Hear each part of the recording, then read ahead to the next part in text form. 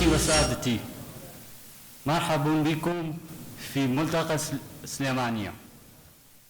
Your Excellencies, distinguished guests, ladies and gentlemen, I would like to welcome you to the 3rd Annual Slimani Forum of the American University of Iraq Slimania. The American University of Iraq Slimania is at the very heart of development in this region. AUIS not only serves as an example for other universities in the region, our student body is composed of Kurds, Arabs, Syrians, Yazidis, Turkmen, Shiites, Sunnis, Christians. Together we learn, together we work, together we brainstorm, and together we ultimately strive for a brighter and a safer Iraq. We understand that this is not easy in a larger context.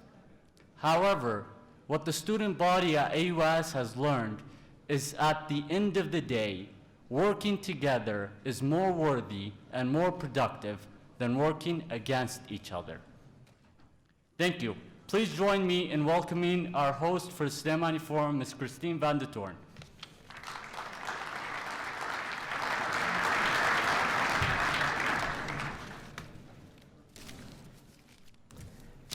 Ladies and gentlemen, welcome and good morning.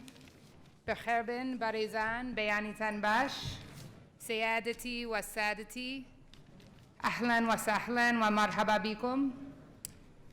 We are so honored to have you all here at the American University of Iraq, Slimani, for the 3rd Annual Slimani Forum. We want to, at first, apologize for any delays or any confusion at registration or with your flights. As you know, things are sometimes up in the air until the last minute here, so we appreciate your patience and thank you for bearing with us. This year's forum is entitled Fertile Crescent in Turmoil. Throughout the next 2 days, we will explore and address the challenges of the region and hopefully look for some opportunities. I think this gathering here is a sign and a prospect of moving forward, that we can all come together and have this dialogue. We will start today with a panel about Iraq's new realities. We will then move to a panel named after this conference, Fertile Crescent in Turmoil. We will then move on to one of the most talked about issues, energy and the economy.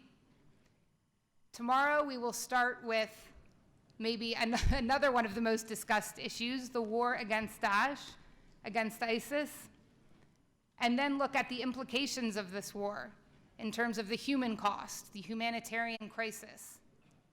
We will close then with a panel on emerging Kurdish dynamics, and then look and reflect on the forum and look for ways beyond this turmoil. 6 years ago, when I showed up to work at the American University of Iraq, Slimani, we were at a much smaller campus, and we had cabins. We had about 150 students, and our conferences we held in classrooms. We played sports with our students in kind of dirt fields and in makeshift areas. We now hold our conferences here. We have over 1,000 students. We have high-tech labs, and we have basketball and soccer courts and fields. This is really due to the perseverance and vision of Dr. Barham Saleh and his commitment to the idea that education is key to building this country. So without further ado, please join me in welcoming Dr. Barham Saleh, the chairman and founder of AUIS.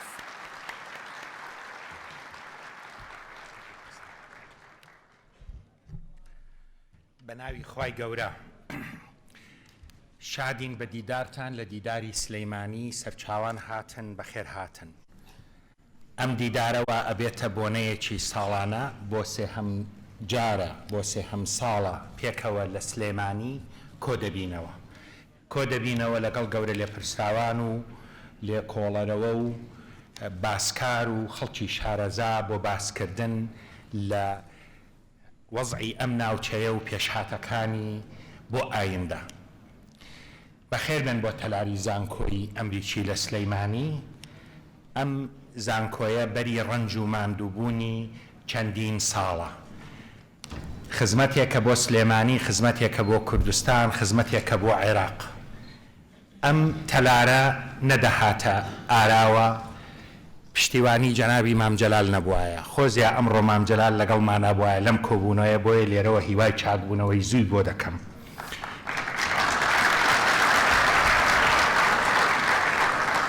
پشتیوانی حکوومەتی هەرێم و بەڕاستیش جەنابی سەرۆکی حکوومەت کاک نێچیر جێگەی ڕێز و پێزانینە. سەفارەتی ئەمریکا، حکوومەت ئەمڕۆ وەکیلی لێرەن،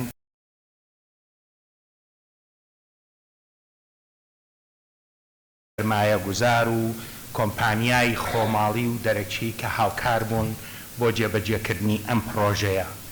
ئەم پرۆژەیە پرۆژەیەکی قازانجنەویستە، دەستگایەکە بۆ بەرژەوەندی گشتیە، مڵکی کەس نییە، تەنها ئامانجی پێگەیاندنینەوەی نوێیە بۆ ئەوەی گەنجەکانی ئەم وڵاتە بەشدار بن لە دابینکردنی ئایندەیەکی گەشتر بۆ وڵاتەکەمان.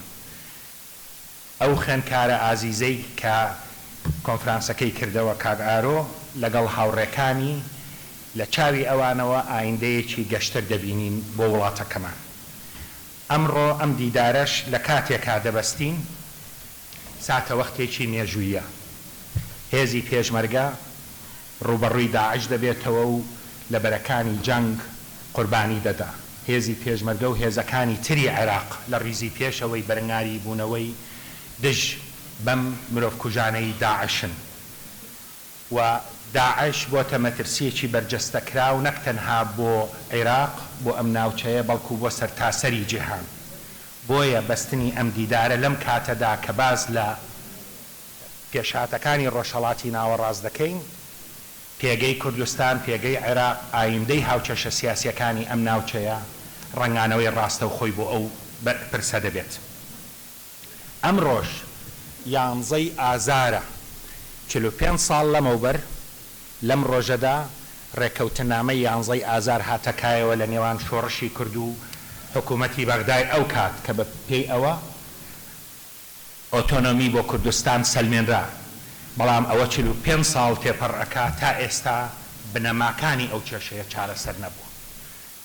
لەوانەیە هەندێک بڵێن ساڵ بە ساڵ بەرەو ئاڵۆزبوونی زیاتر و کێشەی زیاتر. بەبوونی ئەم هەموو بەرپرسە گەورەی عێراق و هەرێم، بەبوونی ئەم هەموو شارەزایانە، هیوادارم لەم دیدارە باسێک لە پەیوەندیەکانی هەرێم و بەغدا، هەوڵێکی جددی بۆ ئارامبوونەوە و گەیشتن بە ڕێکەوتنێکی ئەوتۆ کە بەرژەوەندی پێکهاتەکانی عێراقی تیا چارەسەرکرا و پارێزراو بێ، بە تایبەتی کێشەی بووجە و بژێوی کۆمەڵانی خەڵک. بسم الله الرحمن الرحيم. سيداتي سادتي أصحاب الفخامة والمعالي والسعادة، ضيوفنا الأكارم، مرحبا بكم في ملتقى السليمانية. نتشرف بلقائكم في هذا الملتقى. حضوركم هنا يعني الكثير لنا، يعني الكثير لمدينة السليمانية ولإقليم كردستان، وأتمنى لكم حسن الإقامة وطيب الإقامة، وأن تستمتعوا بهذه المدينة الجميلة المضيافة، وأيضا أن تكون لقاءاتنا ومداولاتنا في هذا الملتقى مفيدة لما فيه خير هذه المنطقة. ينعقد هذا الملتقى في ظرف بالغ الحساسية والتعقيد، فالمنطقة تمر بتحولات كبيرة وتغييرات بنيوية، والعراق قلب الحدث ومركز الحدث وبؤرة المعادلات الإقليمية والدولية. فها نرى أن العراق اليوم في مقدمة المتصدين لخطر الإرهاب المتمثل بداعش، الذي يقتل الإنسان ويحاول أيضا محو ذاكرة الإنسانية وتأريخها. بيشمركة كردستان والقوات العراقية الأخرى منهمكة في الدفاع لا فقط عن هذا البلد لكن حقيقة لدحر خطر داهم يهدد المنطقة ويهدد الإنسانية جمعاء. عسى ولعل أن يكون في هذا الملتقى فرصة للتحاور حول مشاكل المنطقة، ونحن نعرف جيدا بأن مشاكلنا هنا ورؤانا مترابطة ومتلازمة مع عموم المنطقة، فلا يمكن تصور ما يجري هنا بمعزل عن ما يجري حولنا. فالأزمة في سوريا والعنف المتواصل والأبرياء الذين يقتلون يوميا حولت سوريا إلى مرتع للإرهاب وحاضنة للإرهابيين والتطرف، وألقت بظلالها على كل المنطقة. فنؤكد على حل المشاكل هنا في العراق، لكن المشاكل هنا لن تحل بمعزل عن حل مشاكل المنطقة. هذه المشاكل استفحلت إلى عمق خطير يتطلب جهدا منسقا وتعاونا حقيقيا بين القوى الدولية والقوى الإقليمية الكبرى في المنطقة. فبدون توافق حقيقي بين هذه القوى كنا نتعامل مع داعش سابقا، نتعامل مع القاعدة سابقا، نتعامل اليوم مع داعش، الله أعلم ما سنتعامل معه في المستقبل إذا استمرت هذه الحالة. فهناك مشاكل بنيوية في هذه المنطقة من خلاف بين القوى الكبرى الإقليمية والقوى الدولية، مشكلة مزمنة في الأنظمة السياسية متمثلة بالتغييب والتهميش وغياب الشرعية، متمثلة بالفساد، متمثلة بفشل الأنظمة الأمنية وإلى غير ذلك من المسائل المهمة التي أدت إلى ما نحن فيه من كوارث ومشاكل. لكن يبقى الأمل أن الخيرين في هذه المنطقة يكونوا مصرين على التأكيد على ضرورة التحاور، وأن يكون الحوار سيد الأحكام، وأن نعمل معا من أجل استثمار ما أنعم الله علينا من موارد طبيعية وبشرية كبرى من أجل خير واستقرار بلادنا. مرة أخرى أرحب بكم في ملتقى السليمانية، وحقيقة أتمنى أن يكون هذا الملتقى فرصة للتحاور والحوار. وكنت قد قلت باللغة الكردية اليوم أيضا يصادف ذكرى تاريخية مهمة، الذكرى 45 لاتفاقية 11 آذار عام 1970 بين الثورة الكردية والحكومة العراقية آنذاك. 45 سنة مضت، لكن بعض هذه المشاكل لا تزال قائمة في تقديري وبحضور هذه القيادات النيرة المحترمة الموقرة من العراق ومن كردستان ومن المنطقة. عسى ولعل أن نبحث في مخرج نتمكن فيه من إعادة ترتيب أمور هذه البلاد بما يضمن الاستقرار السياسي والتعاون الاقتصادي والأمن والرخاء لكل المنطقة. هناك مشاكل بين الإقليم وبغداد إن شاء الله نتمكن منها، وبالذات مشاكل الميزانية والاقتصاد وقضية النفط. فبوجود الخيرين نتمكن من معالجة هذه المشاكل والانطلاق إلى ما ينتظرنا من تحديات، ألا وهو هزيمة داعش ودحره واستئصاله، والعمل بصورة جدية من أجل الارتقاء بأدائنا في هذه المنطقة إلى ما يتطلع إليه مواطنينا من رخاء وأمن واستقرار. Ladies and gentlemen, I hope you got at least part of what I had to say in Arabic or Kurdish in English, but I am genuinely very honored to have you with us. You are most welcome to Suleimani, to the Suleimani Forum. This is an institution that wants to be the preeminent center of excellence in this part of the world. This started as a distant dream, but thanks, to be fair, to the support of President Talabani, whom we wish his speedy recovery and to join us in another forum, to the support of the KRG and his Prime Minister Nechirvan Barzani, to the support of the US Embassy in Baghdad at the time, to the support of the Italian government, whom we have a distinguished representative with us today, the support of so many good people of this town and beyond, and companies both local and international, help make this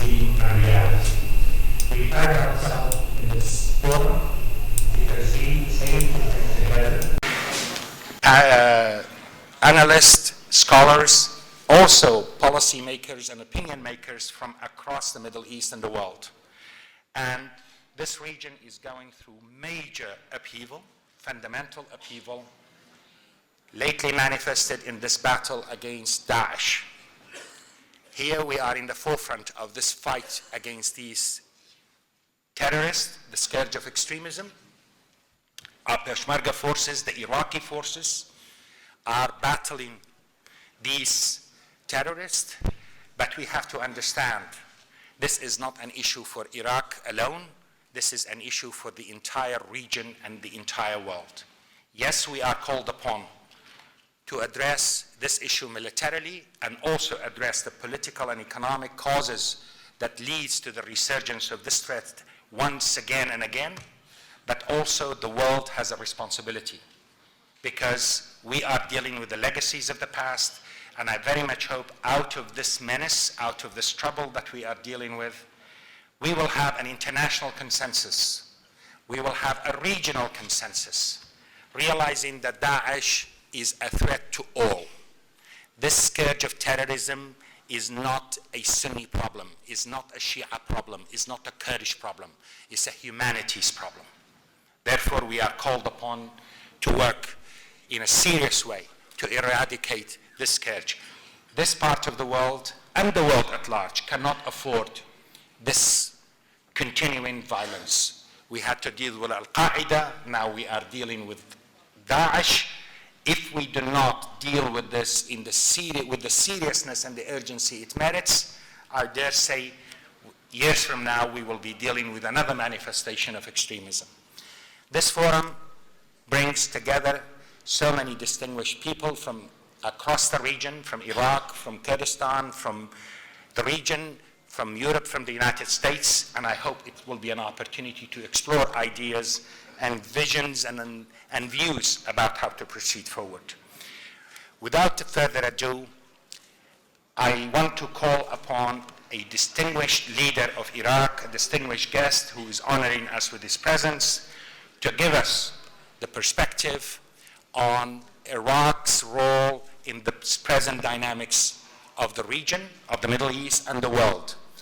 Dr. Ibrahim al-Ja'fari, whom you know, has been a distinguished Iraqi leader in the opposition, in the new Iraq, and now serves us as the Foreign Minister of Iraq.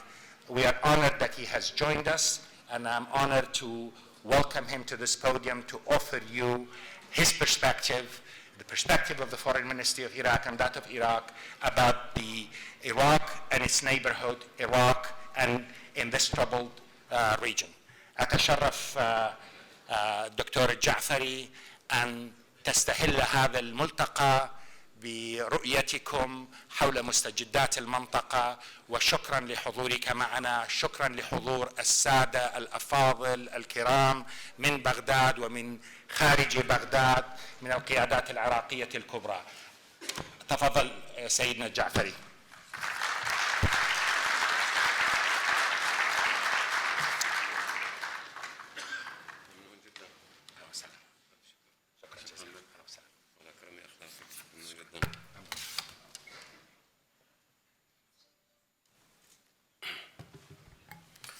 بسم الله الرحمن الرحيم. الحمد لله رب العالمين، والصلاة والسلام على محمد وعلى آله الطاهرين وصحبه المنتجمين وجميع عباد الله الصالحين، والسلام عليكم جميعا ورحمة الله وبركاته. انطلاقا من قول الله تبارك وتعالى: ولقد كرمنا بني آدم، من وحي العنوان الذي حدد لي أن أتحدث به، والعراق وجواره، دول الجوار الجغرافي، من وحي العنوان العام الذي اتصف به مؤتمركم الموسوم هذا، الهلال الخصيب، فوضى التحديات وفرص الاستقرار والتنمية، بعد أن استأذنت الأخ دكتور برهم لإجراء هذا التعديل في العنوان. أول من استخدم مصطلح الهلال الخصيب هو الأمريكي المعروف جيمس هنري، وتحديدا حدد جغرافيا هذا المكان يهم العراق أولا وسوريا والأردن ولبنان وفلسطين. ومن كلمة الهلال الخصيب يعكس شكله الهلالي وخصوبة أرضه، وانتقلت من خصوبة الأرض والزرع والماء إلى خصوبة الحضارة، حيث شكل العراق مهد الحضارة الأول منذ مطلع الألف الرابع قبل ميلاد السيد المسيح. ولم يكن العراق فقط متميزا بأنه شكل مهد الحضارة، بل كان متميزا في مكوناته المتعددة. ليس العراق أكبر بلد جغرافيا ولا أكبر الحجوم من الناحية الديمغرافية، لكن العراق بكل تأكيد بلد التنوعات المجتمعية، حيث التقت على موعد في أرضه القوميات المختلفة والديانات المختلفة والمذاهب المختلفة، ومؤخرا الاتجاهات السياسية المختلفة. ولأنه يختزن في داخله الثروات المتعددة، حيث النفط وحيث الزرع والماء والحضارة وكل شيء يلتقي على موعد في العراق، فأصبح العراق موضع تطلع، وأصبح قبلة تتجه لها كل الطموحات من مختلف مناطق العالم، وتتقاطع الإرادات الدولية والإقليمية على العراق. واليوم المنطقة تعيش تحولات أساسية، وكذلك تشهد إرهاصات حادة، وهناك مراحل تغيير يقطعها إنسان الشرق الأوسط بشكل سريع جدا. السنوات الأخيرة ما يسمى بالربيع العربي وما تلتها تشهد هذه الانعطافات كلها، والعراق أصابه ما أصابه من تحديات انطلقت مرة من العراق وانعكست على دول المنطقة، وأخرى انعكست من المنطقة وانعكست على العراق، وهكذا يرتبط عضويا العراق بداخله مع العراق بخارجه على الصعيد الإقليمي وعلى الصعيد الدولي. وهكذا يبقى العراق ليس فقط قدرا عراقيا بل قدر المنطقة، بل يتجاوز ذلك ليكون العراق قدرا عالميا ودوليا. الجوار الجغرافي يشهد تقاطعات حادة، ليس سرا على أحد. دول الجوار الجغرافي للعراق بين تركيا وبين سوريا هناك تقاطع واضح. بين إيران والمملكة العربية السعودية هناك جمود بالعلاقات، وكلتاهما دولتان مجاورتان للعراق. وبين الأردن وسوريا من الجانب الآخر هناك فتور كذلك، فإذا نحن نعيش في منطقة تتقاطع فيها الإرادات. وانعكست هذه التقاطعات على الداخل العراقي، وضيف إلى ذلك ظهور مؤخرا المرض الفتاك الذي اخترق البنية الاجتماعية العراقية وحاول أن يدنس هذه المنطقة الطاهرة ويستلب مدينة الموصل الحبيبة، وهي لليوم في قبضة الإرهاب الوحشي، ويحاول أن يمتد من الموصل أم الربيعين موصل جسر العلاقة بين العراق الداخل والبلدان المجاورة ليمتد إلى مناطق أخرى. وهذه المناطق التي تدور حول العراق والمناطق التي تحاذي العراق بقيت مفاعلاتها تستمر. أقوى هذه الجروح هو جرح فلسطين النازف الذي عرفناه منذ الطفولة. بقي الجرح الفلسطيني نازفاً، وبقي يترك آثاره وبصماته في ضمير العرب والمسلمين وكل العالم. لذلك عندما نجد بين فترة وأخرى التجاوزات التي تحصل على أبناء فلسطين في غزة وفي كل منطقة من مناطق فلسطين، يستصرخنا الإنسان الفلسطيني بل الإنسان في العالم كله أننا ينبغي أن ننصر العدل والسلم والأمن ونشيع العدالة في ربوع الأرض. لم يكن الإرهاب المعاصر وليد المنطقة، لم يبدأ من سوريا والعراق ولا ينتهي بالعراق. الإرهاب المعاصر بدأ في 11 سبتمبر في نيويورك وواشنطن في الولايات المتحدة الأمريكية، ثم عبر إلى أوروبا، إسبانيا وإيطاليا وبريطانيا وفرنسا، ثم جاء إلى جنوب شرق آسيا، ثم مرة أخرى اتجه إلى الشرق الأوسط ففتك بسوريا، وهو اليوم يفتك بالعراق الحبيب. فالإرهاب ليس عراقي المنشأ وليس عراقي المآل، بدأ من الأقصى الجغرافي، وهو اليوم أيضا يتخطى العراق ومنطقة الشرق الأوسط، فضرب بأطنابه دولا جديدة، هدد ديمقراطياتها الناضجة، هدد وضرب العمق الكندي وفي بيت الشعب بالبرلمان، وقتل حراس البرلمان. وكذلك الحال في فرنسا وفي استراليا. إذن نحن اليوم أمام خطر معولم.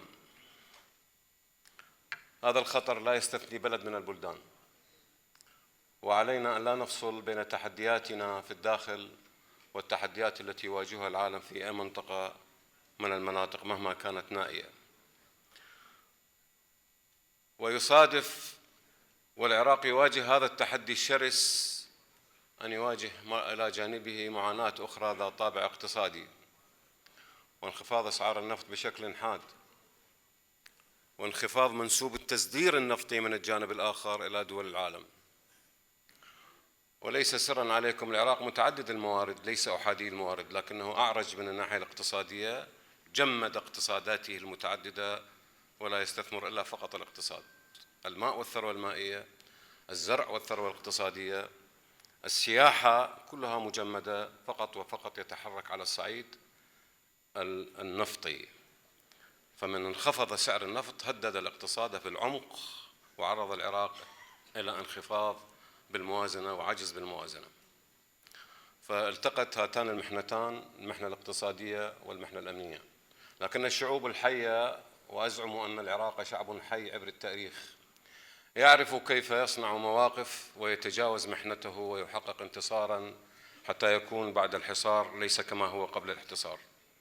الشعوب الحية عندما يمر بها الحصار تكون بعد الحصار أقوى مما كانت عليه قبل الحصار، تأخذ من الحصار دون أن يأخذ الحصار منها.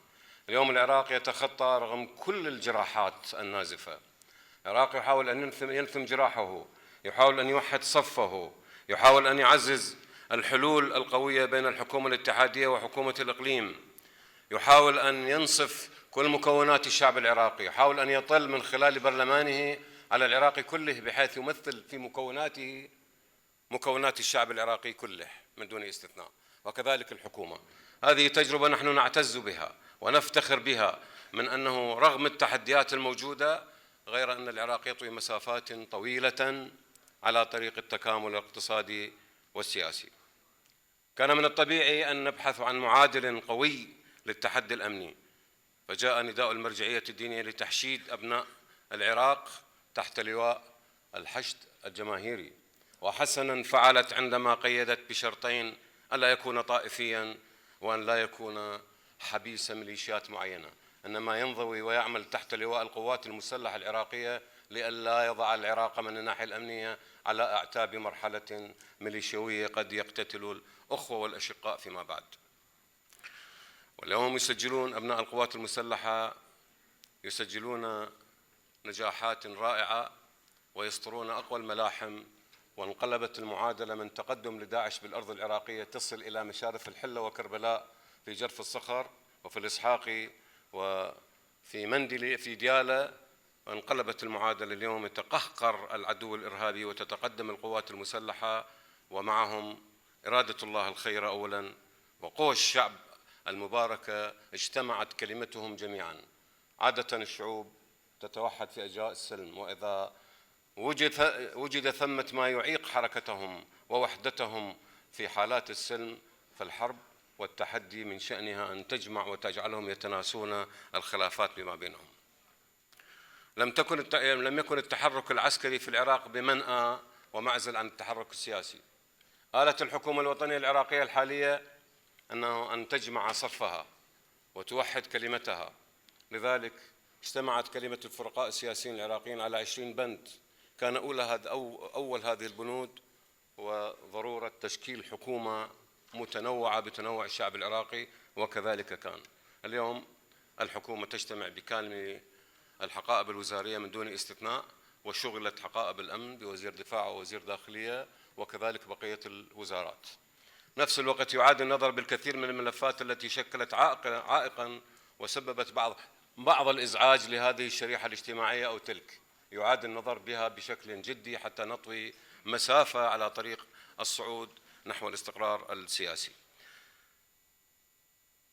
نعتقد أن النموذج العراقي اليوم يصلح أن يكون نموذجا لكل الدول العربية الملتهبة. اليوم الإرهاب جعل الدول العربية تلتهب، سوريا وليبيا واليمن وكثير من دول العالم تعرضت إلى وربما تتعرض دول أخرى لهذا العاصف الإرهابي الذي لا يقف عند جغرافية الأرض، لأن جغرافيته سكانية. هو ينتشر في كل المناطق التي تتواجد فيها التنوعات الاجتماعية ليحول التكامل الثنائي إلى تناكد وتقاتل وتحارب. هكذا أفضت تجربة التاريخ لكل الحروب الطائفية والحروب الأهلية. يأتي الإرهاب في أجواء المجتمعات المتنوعة ليعبث بها ويغير هذه التنوعات من متكاملة إلى متقاطعة وإلى متحاربة. دونكم الحروب التي حصلت في أوروبا إبان القرن السابع عشر وقبلها السادس عشر والخامس عشر في فرنسا وفي بريطانيا وفي إيطاليا وفي الدول الاسكندنافية في السويد وفي الدنمارك. حروب طائلة تنطفي نيران حرب وسرعان ما تشتعل حرب أخرى، وتحولت تلك الثنائيات المتكاملة إلى حروب والاقتتال، بعضها امتد أكثر من 100 سنة. 116 سنة الحرب البريطانية الفرنسية التي تسمى بالاختصار حرب 100 عام. يريدون أن يعبثوا بمجتمعاتنا هنا في منطقة الشرق الأوسط، يريدون أن يوجدوا حالة من التناكد والتناقص في العراق بين الكرد والعربي والتركمان، وبين السنة والشيعة، وبين المسلمين وغير المسلمين. ما أنا صرت بقرار بيدي أن أكون عربيا، ولا أخواننا الأكراد بقرار منهم أصبحوا أكراد. ولدوا بمنطقة كردية فأصبحوا أكراد، وولدت بمنطقة عربية فأصبحت عربيا، والذي ولد بمنطقة تركمانية أصبح تركمانيا. بالنسبة لنا هذا التنوع الرائع آية من آيات الجمال والخلق. تتنوع المجتمعات في انتماءاتها كما تتنوع باقة الورد بألوان زهورها. لسنا مسؤولين لماذا نحن عرب أو كرد أو تركمان. ليس عيبا على أحد أن ينتمي إلى قومية، لا ينبغي أن نستحي من انتمائنا القومي، شريطة أن نؤنسن هذا الانتماء ونجعل الإنسان هو القيمة الكبرى. ولقد كرمنا بني آدم. بني آدم لم يقل من هذا الدين أو ذلك الدين، وقال كرمنا ولم يقل فضلنا، لأنه مكرم بالمطلق، مو أفضل من جهة أخرى، أفضل كل المخلوقات. علينا أن نسمو ونرتقي إلى مستوى القيم التي جمعتنا سوية في هذا البلد المتحضر والموغل بالحضارة. أخوتي الأعزاء، نتطلع إلى مؤتمركم هذا الموسوم الهلال الخصيب فوضى التحديات. فعلا هناك تحديات وتحديات كثيرة. نتطلع أن يشكل إضافة ضافية ونوعية لمسيرة العمل السياسي، ليس فقط للعراق بل لعموم المنطقة. ليس كثيرا العراق أن يحمل لواء المحاولات الإصلاحية والجيدة والإيجابية والحضارية حتى ينشر ظلها في ربوع العالم. عود العالم منذ زمن بعيد، هذه المنطقة عودت العالم أنها دائما تنشر ظل الحضارة وظل الإنسانية. من هذه المنطقة انتشر السلم والمحبة. تحاول اليوم داعش أن تعبث وتحول السلم إلى حرب، وتحول الأمن أمن إلى اضطراب. هذا لا يمت إلى تاريخنا وإلى حاضرنا بصلة. لكن علينا نحن جميعا بمختلف قومياتنا أن نرتقي إلى مستوى الأمانة ونفجر هذه الطاقات الكامنة في مناطقنا حتى ينعم بها العالم كله في مختلف المناطق. يوم عمت حضارتنا ربوع الأرض عم معها الحب والسلم والاستقرار والخير، وأزيل منها التمايز، كل أنواع التمايز بين الألوان والتمايز الجنسي بين الذكر والأنثى، كل أنواع التمايز.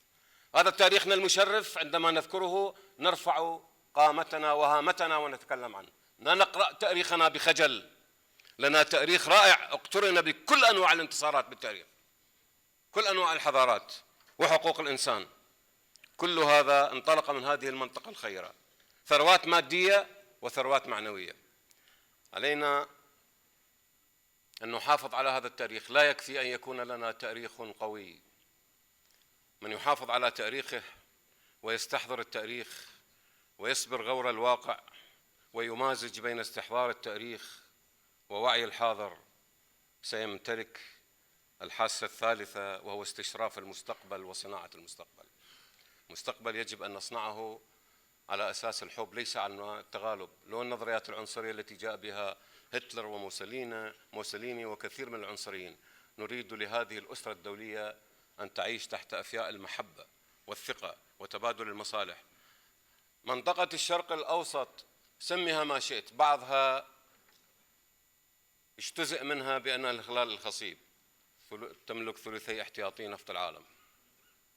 المنطقة ذات الكثافة السكانية المتعددة، أكثر من 50 بلد، ملتقى القارات الثلاث، آسيا أوروبا وأفريقيا. ما المانع الذي تكون هذه مأوى وملاذ لكل أبناء العالم لترسل لهم المحبة والاقتصاد القوي وكل ما تريد؟ شنو اللي يمنع ذلك؟ هذه مبادئنا تملي علينا ذلك.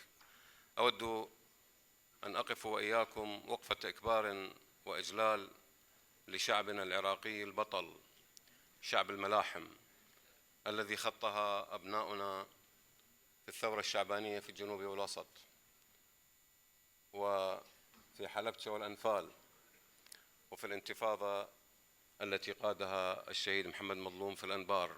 شعب الثورات، شعب الشهداء الذي سطر ما سطر. وافر شكري وعظيم امتناني وتقديري لأخوتي الذين قاموا على هذا المؤتمر، وأخص بالذكر أخي وصديقي الدكتور برهم صالح، إلى المزيد من التواصل، إلى المزيد من التركيز على تحرير الإرادة العراقية، إلى المزيد من التعالي على كل الخلافات الجانبية. كل خلاف غير الخلاف لمصلحة العراق خلاف مفتعل. كل مصلحة تكون على حساب الشعب وتحسين ظروفه مصلحة مفتعلة. العراق عراق ينبض بعرق كل عراقي، يقدم المصلحة العراقية على كل المصالح، ويقدم الخطر الذي يداهم العراق على كل المخاطر الأخرى. أشكر لكم حضوركم واستماعكم، وأتمنى لكم الموفقية، والسلام عليكم ورحمة الله وبركاته.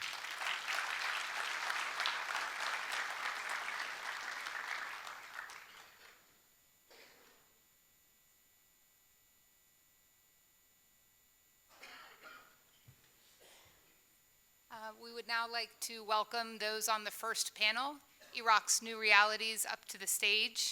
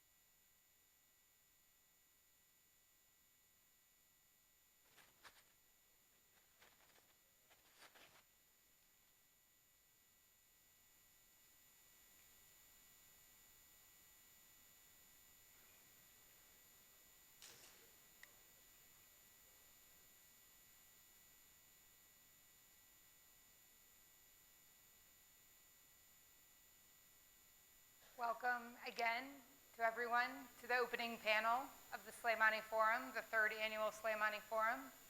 It's great to see a lot of you back.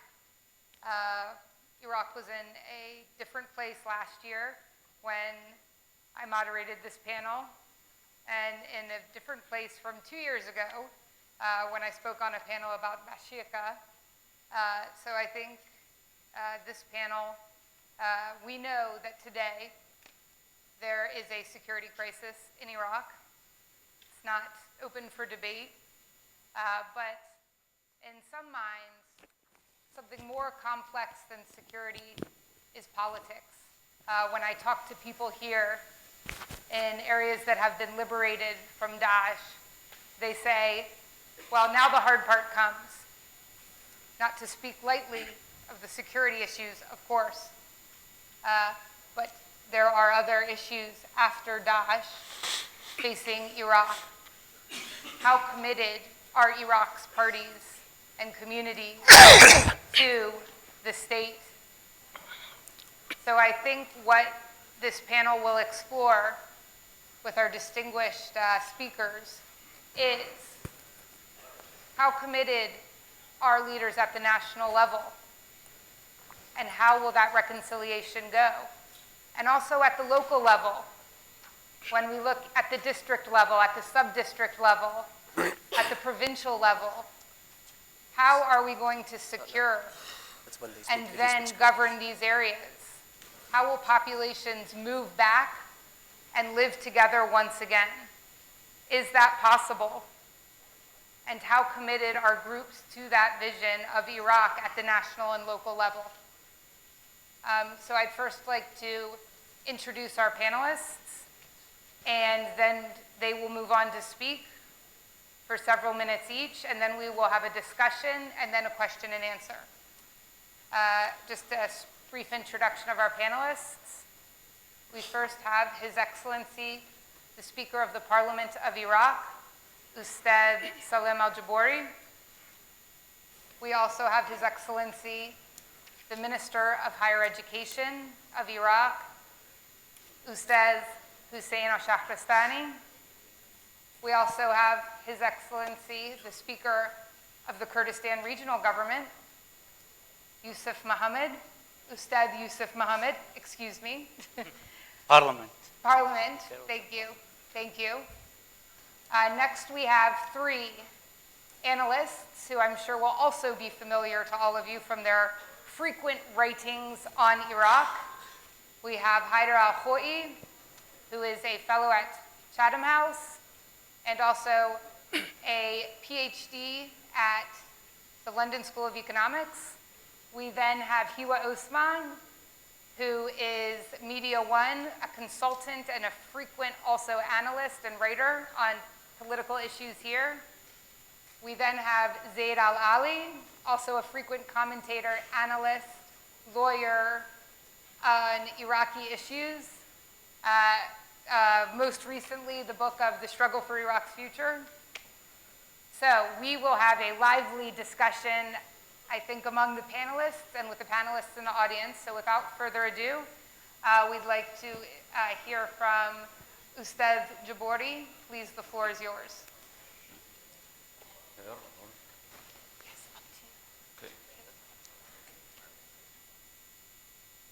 بسم الله الرحمن الرحيم. السيدات والسادة الأكارم، مبلغ السرور أن أكون حاضر معكم حتى نتحدث في قضايا حساسة ومهمة، والشكر موصول طبعا لمن وجه لي الدعوة حتى أشارك السيدات والسادة صناع القرار للحديث عن مستقبل العراق. طبعا في هذه الدقائق المعدودة قد يكون من الصعب إيجاز ما الذي يمكن أن يؤول إليه الوضع المستقبلي للعراق، لأن هناك جملة من المعطيات الأمنية والاقتصادية والسياسية والاجتماعية تلعب دور كبير في تحديد الرؤية المستقبلية، كما أن هناك جملة من العوامل الداخلية والخارجية التي ينبغي أن تؤخذ بالاعتبار.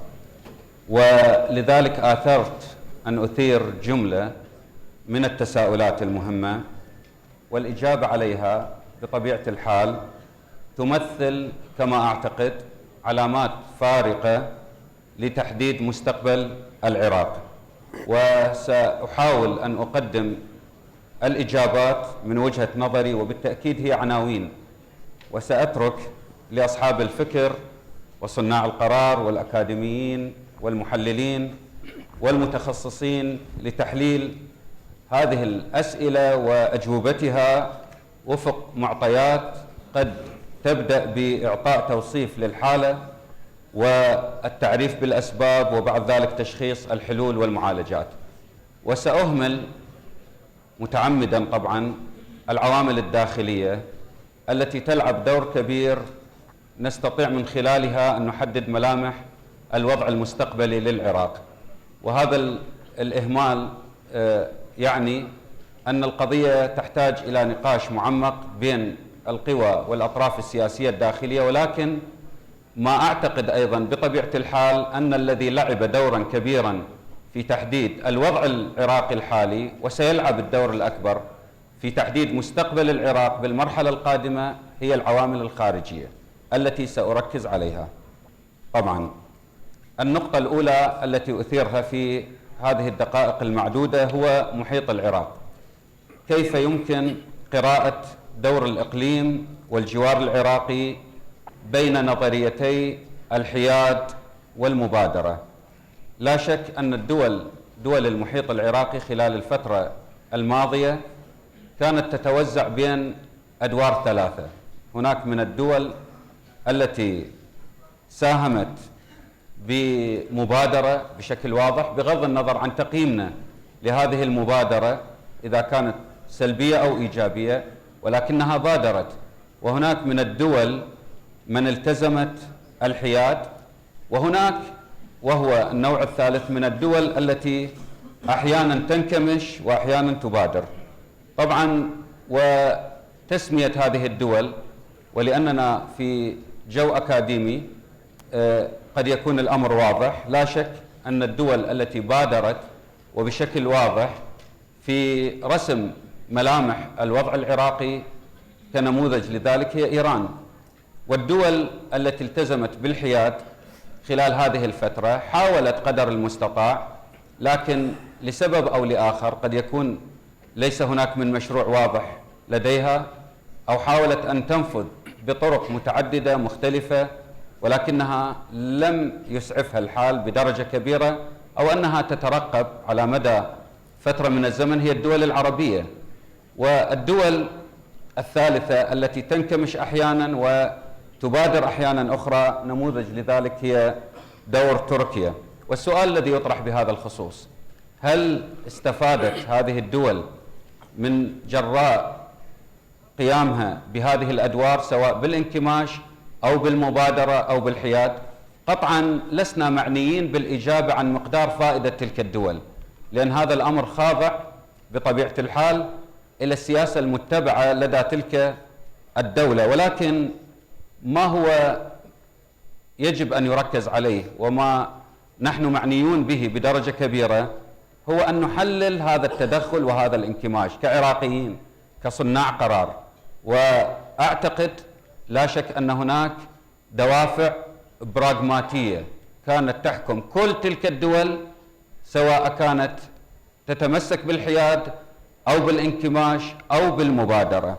كان يجب كما نعتقد أن يكون هناك موقف جمعي يبادر في مساحات المبادرة حين يطلب العراق ذلك، وينكمش حينما يصل إلى حد السيادة.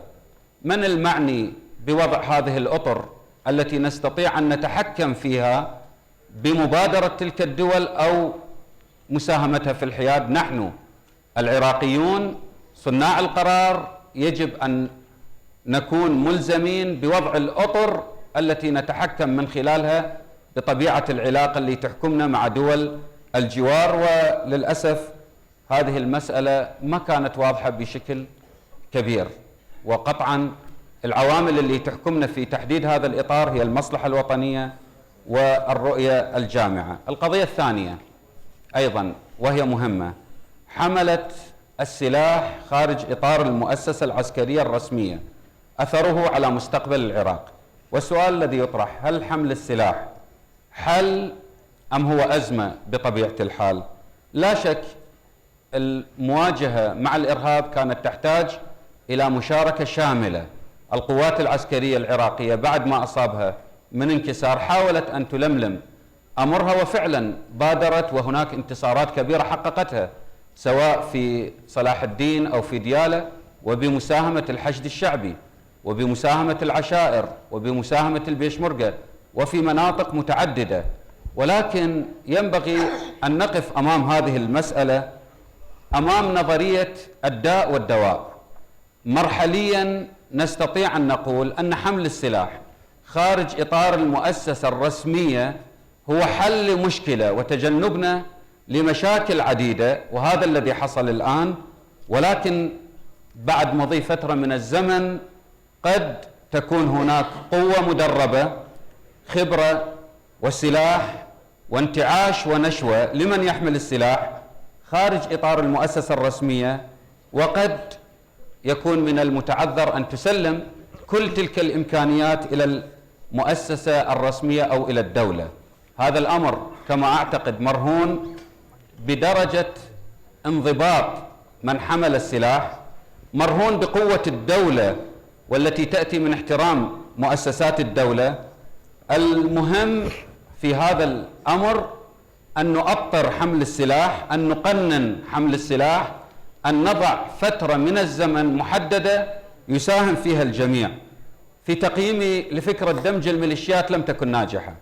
حينما صدر قرار بريمر في قضية دمج الميليشيات لم تكن ناجحة بسبب أن هناك قلق موجود لدى المكونات الاجتماعية والمكونات السياسية، كانت تضع يدها على الزناد تنتظر اللحظة التي تحتاج فيها إلى السلاح، على الرغم من وجود هذا التشريع اللي مفاده دمج الميليشيات. الحل كما أعتقد أن العسكرة مرهونة باتفاق زمني يساهم فيه صناع القرار بدرجة كبيرة.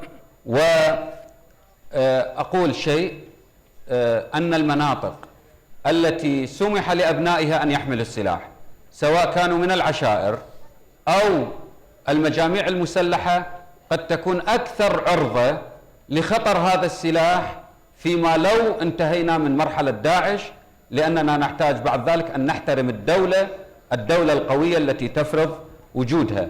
الخوف هو أن نصل إلى حالة اللا دولة، ويكون ذلك من خلال نفوذ أطراف وتغول على حساب المؤسسة الرسمية.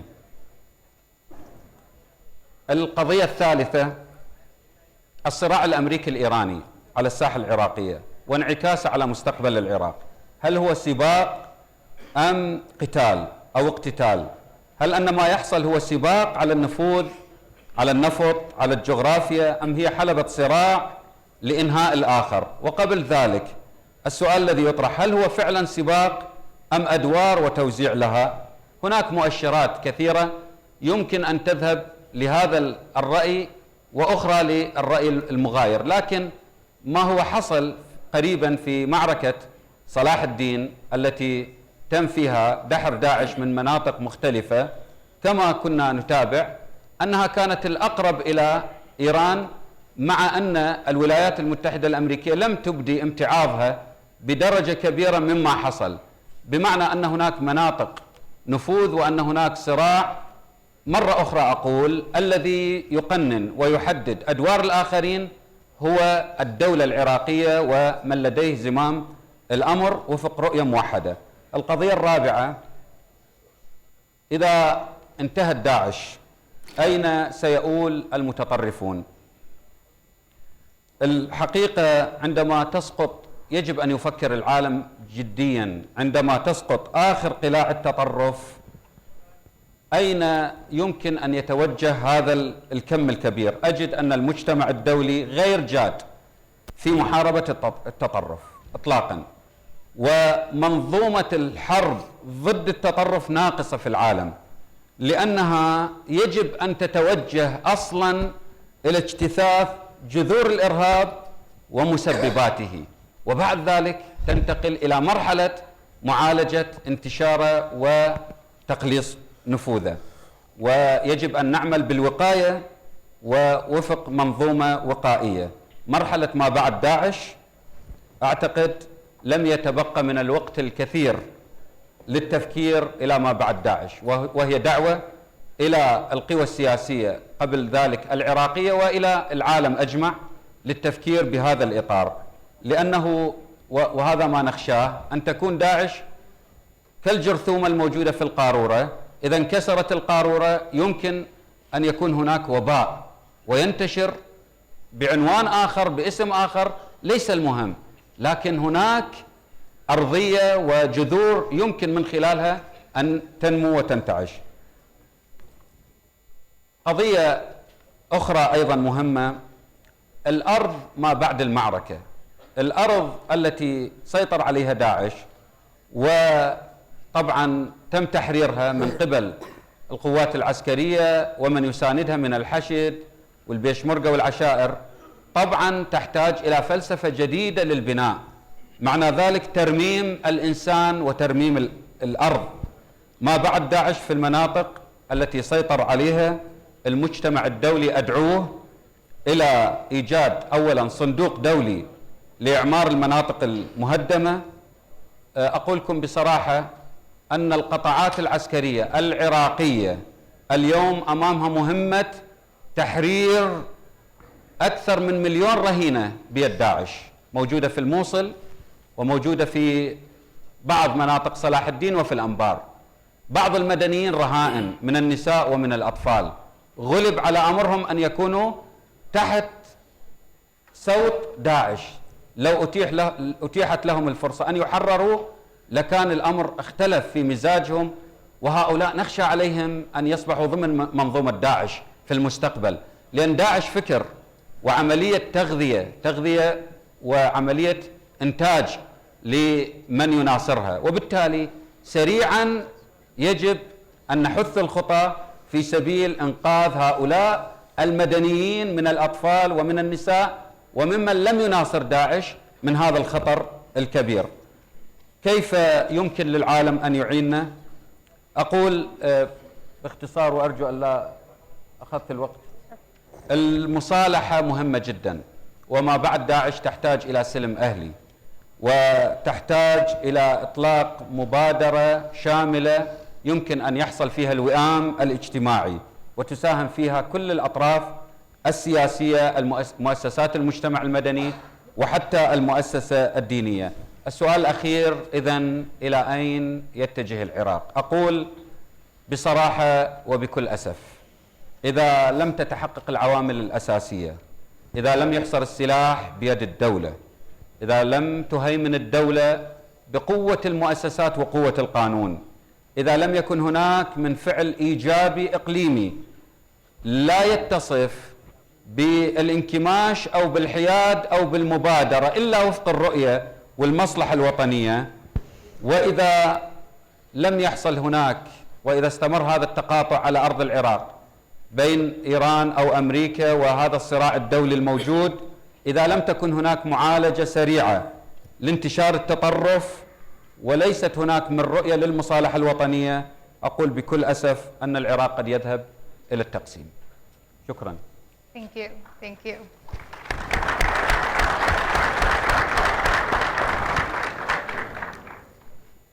Thank you, Ustaz Jabouri, for those very interesting words. You have a huge weight on your shoulders right now and a very important role, so thank you for bringing those issues. Without further ado, we will move on to Ustad Shahrastani, His Excellency, the Minister of Higher Education, with also a huge weight on his shoulders. So please, without further ado. Thank you. بسم الله الرحمن الرحيم.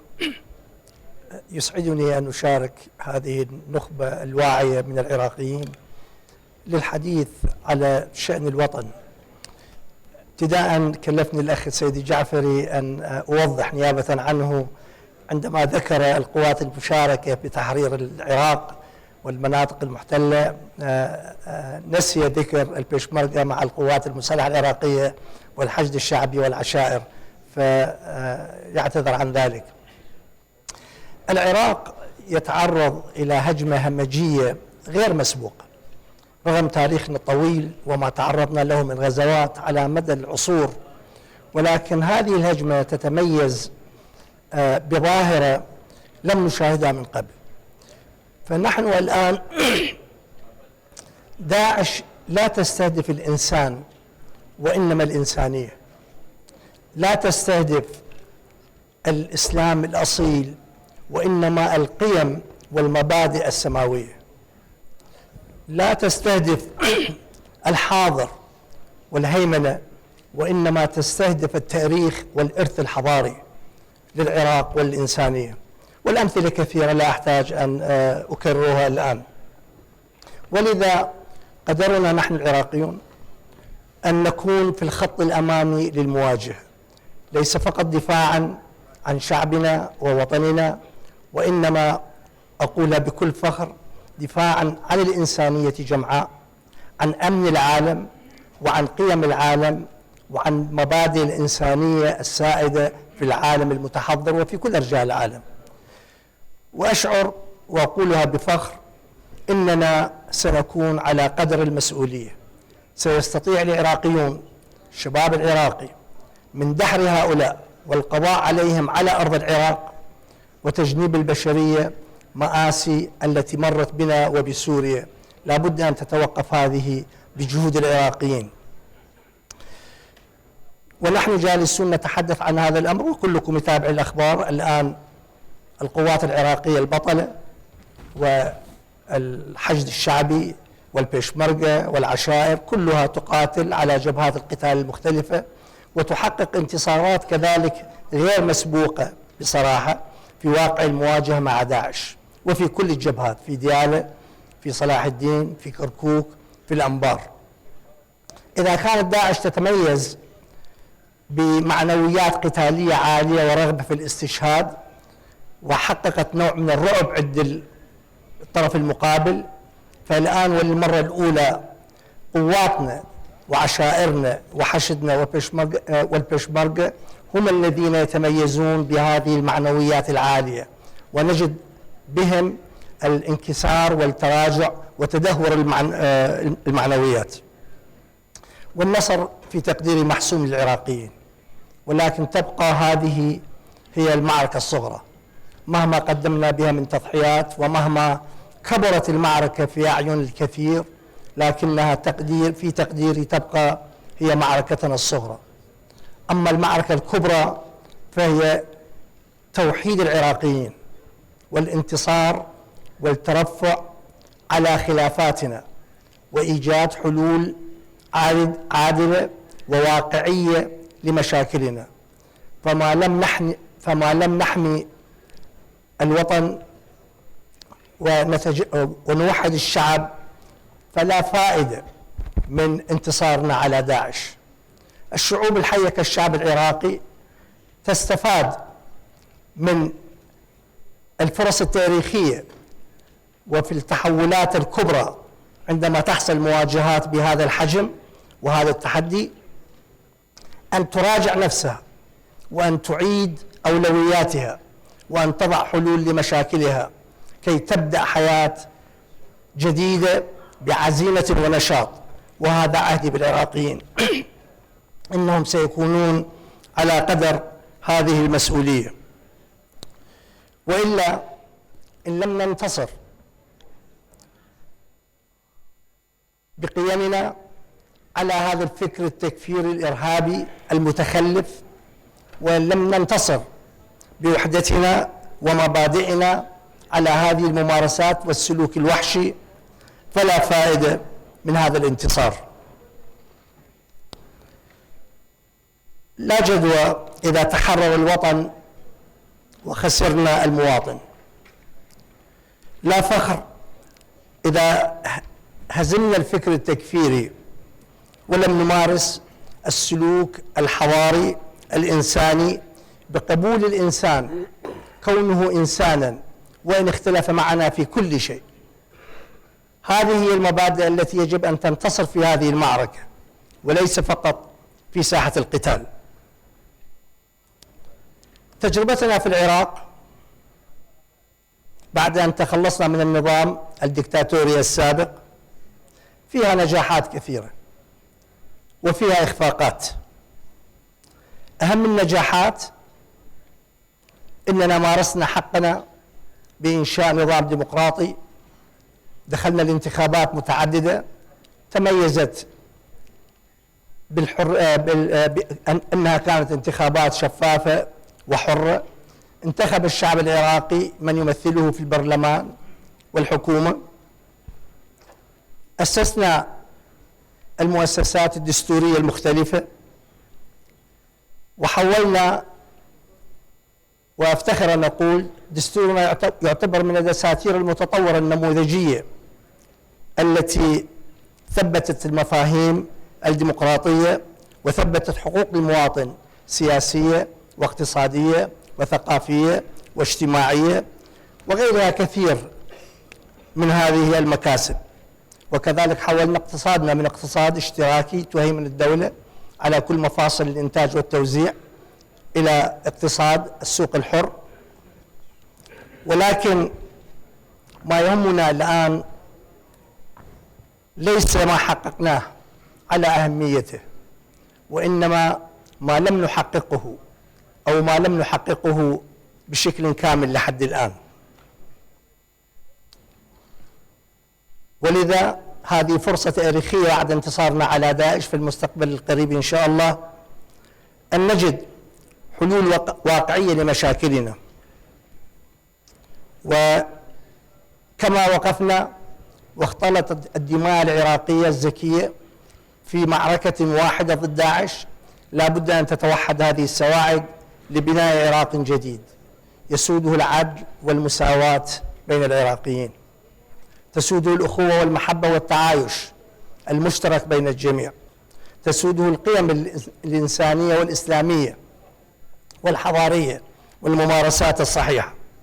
هكذا ينبغي أن يكون العراق الذي كان على مدى التاريخ منارا للحضارات والتقدم.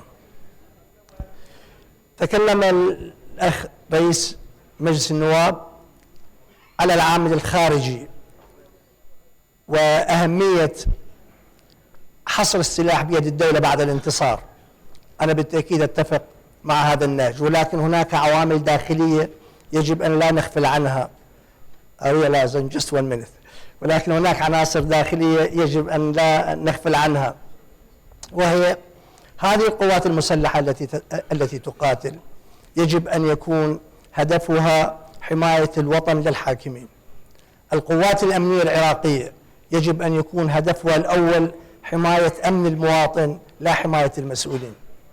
المال العام يجب أن يصرف لرفع المستوى المعاشي للمواطنين، وأن يعيش الإنسان العراقي إنسانا عزيزا كريما، لا أن يستفاد منه أصحاب النفوذ والمتنفذين على السلطة في العراق وفي أي مكان.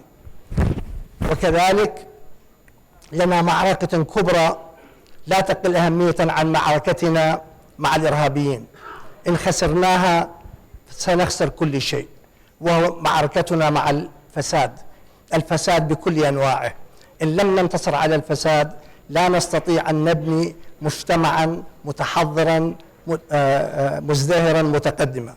هذه بعض الأفكار الأساسية، وأنا أتطلع إلى هذه الوجوه الشابة في الجامعة وألتقي بكثير من طلبتنا الجامعيين.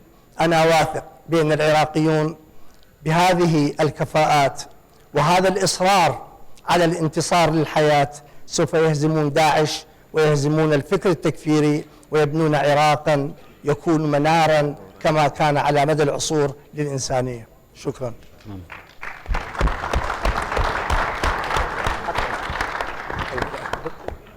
Thank you very much, Ustad Shahrastani, for those words.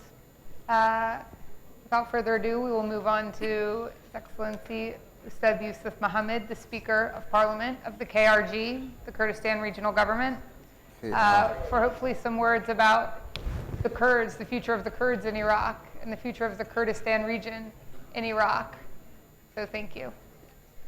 زۆر سپاس بەناوی خۆی بەخشندە و میهرەبان. بەڕێزان بانیتان باش، من سەرۆکی پەرلەمانی کوردستانم، نوێنەرایەتی حکوومەتی هەرێمی کوردستان ناکەم کە لێرە ئەوان خۆشیان بەشدارن لەم کۆنفرانسیە سەرەتا ئەمەوێ زۆر سوپاسی زانکۆی ئەمریکی بکەم کە وا بۆ سێهەمین ساڵە دەرفەتە ڕەخسێنێ بۆ گفتوگۆ لە ڕاستیە هەمیشە گفتوگۆکردن دەرگای نوێ کاتەوە بۆ دەرفەتی نوێ بوارە دات خەمەکانمان ئاڵوگۆڕ بکەین لێک تێنەگەیشتنەکانمان کەم بکەینەوە دیوە شاراوەکانی لای هەریەکەمان لە ڕێگەی ئەوانی ترەوە ڕوونا بکەینەوە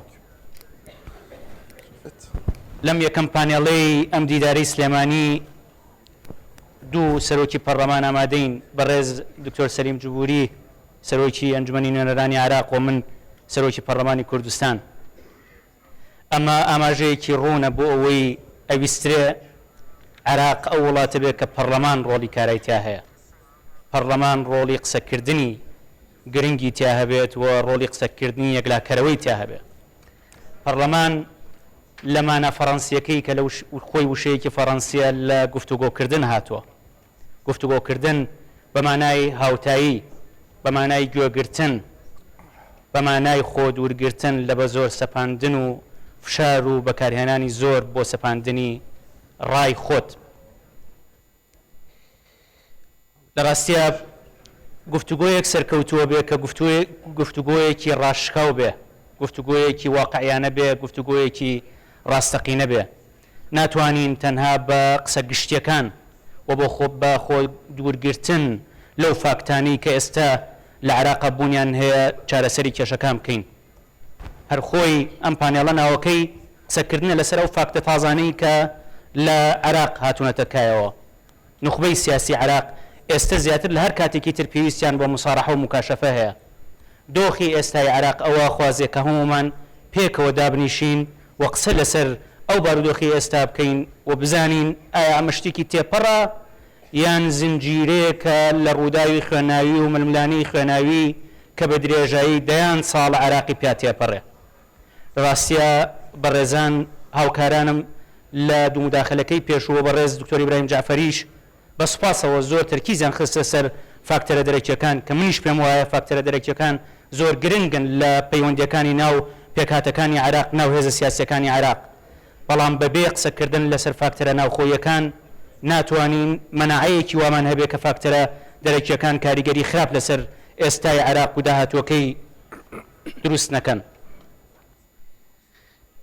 ئێمە ئێستا لێرە کۆبوونەتەوە بۆ ئەوەی باس لە عێراق و داهاتوەکەی بکەین بەڵام لەمە گرنگترەوەیە کە بیر لەوە بکەینەوە ئێستا لەکوێین لە ڕابردووە چیمان کردووەوە گەیشتوونەتە ئەمڕۆ پەیوەندیەکانمان لە ڕابردوو چۆن بووە و ئەم فاکتانەی ئێستا هاتوونەتە کایەوە ئایا ئەو ململانێ بەردەوامانی عێراق نییە کە لە نێوان پێکهاتەکانی عێراقا هەیە دەرفەتی ڕەخساندووە بۆشایی ئەمنی دروست کردووە بۆشایی جیاوازی دروست کردووە کە هێزە تیرۆریستیەکانی وەکو گروپی تیرۆریستی داعش و پێش ئەویش ڕێکخراوی تیرۆریستی قاعیدە و پێش ئەویش نخبەیەکی دیکتاتۆر لە عێراقا حکوم بکەن لە ڕاستیە پێویستەکات تەرکیز لەسەر فاکتەرە ناوخۆیەکان بکەین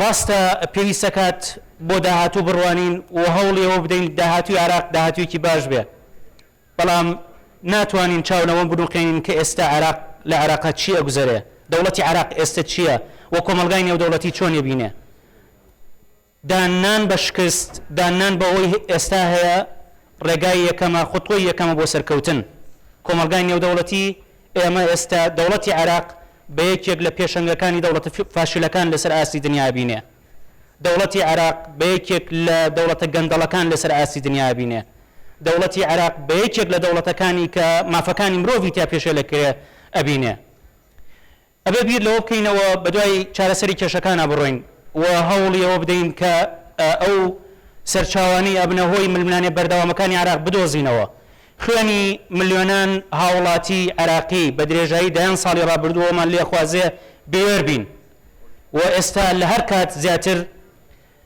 بیر لەوە بکەینەوە کە چۆن ئەتوانین داهاتوو بۆ عێراق دروست بکەین و چ عێراقێکە داهاتووی هەیە ئایا عێراق بەم کێشانی ئێستا ئەتوانێت داهاتووی هەبێت یان ئایا عێراق بەم وەزای ئێستایەوە ئەتوانێت داهاتوو بۆ هەر یەکێک لە ئێمەوە بۆ نەوەکانی داهاتوومان مەیسەر بکە بەدڵنیاییەوە ڕەنگەیەوەش هاوڕابن لەگەڵمان کە نەخێر عێراقێکی تر ڕەنگە بتوانێت چارەسەری کێشەکانی ئێستا و داهاتوو بکات بەڕێزان عراق وڵاتێکی فرە ڕەنگە، عراق وڵاتێکی فرە پێکهاتەیە، عراق وڵاتێکی فرە دین و مەزهەب و ئیتنیکە، عراق وڵاتێکی جیاوازە، ناتوانرێت لە ڕێگای دەوڵەتێکی مرکزی دژە جیاواز حکم بکرێ. ئەمە سەرەتای کێشەکانە لە دروستبوونی عراقەوە تا ئەمڕۆ. بەڕێز جەعفەری باسی لەوە کرد کە ئێمە کوردەکان عەرەبەکان لە ناوچەیەک لەدایک بووین بۆیە کوردین بۆیە عەرەبین. من ئەڵێم تاوانی هیچ یەکێک لە ئێمە لە پێکهاتە جیاوازەکان نییە کە لە عراقین. ڕەنگە ئەسڵەن کاتێک کە عراق دروستکرابێ پرسیشمان پێ نەکرابێ کە خراوینەتە ناو عراق، بەڵام ئێستا لە ناو عراقین و پێویستە کات دان بە یەکا بنین و دان بە جیاوازەکانە بنین.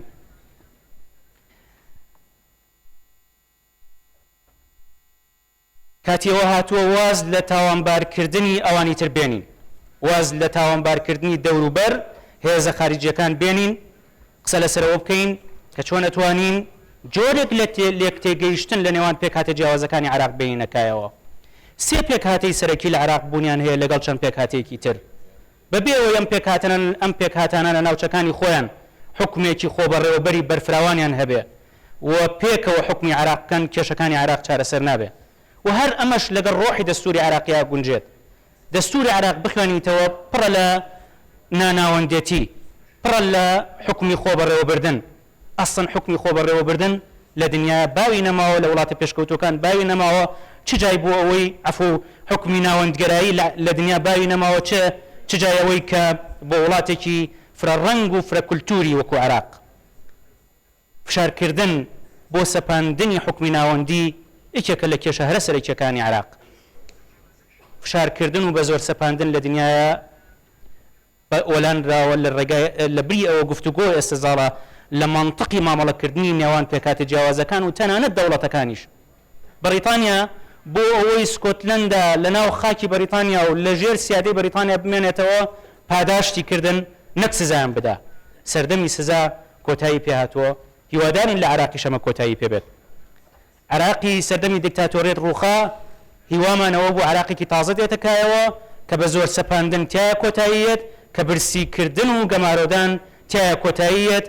بەڵام بەداخەوە جار بەجارە بیرمان دەچێتەوە کە عراقی سەردەمی دیکتاتۆریەت بەکوێی گەیاندین، جارێکی تر ممارەسەی ئەو کارە خراپانەکەین کە داهاتوویەکی ئێستایەکی باشی بۆ دروست نەکردین و بە دڵنیاییەوە دووبارەکردنەوەی داهاتوویەکی باشمان بۆ مەیسەر ناکا.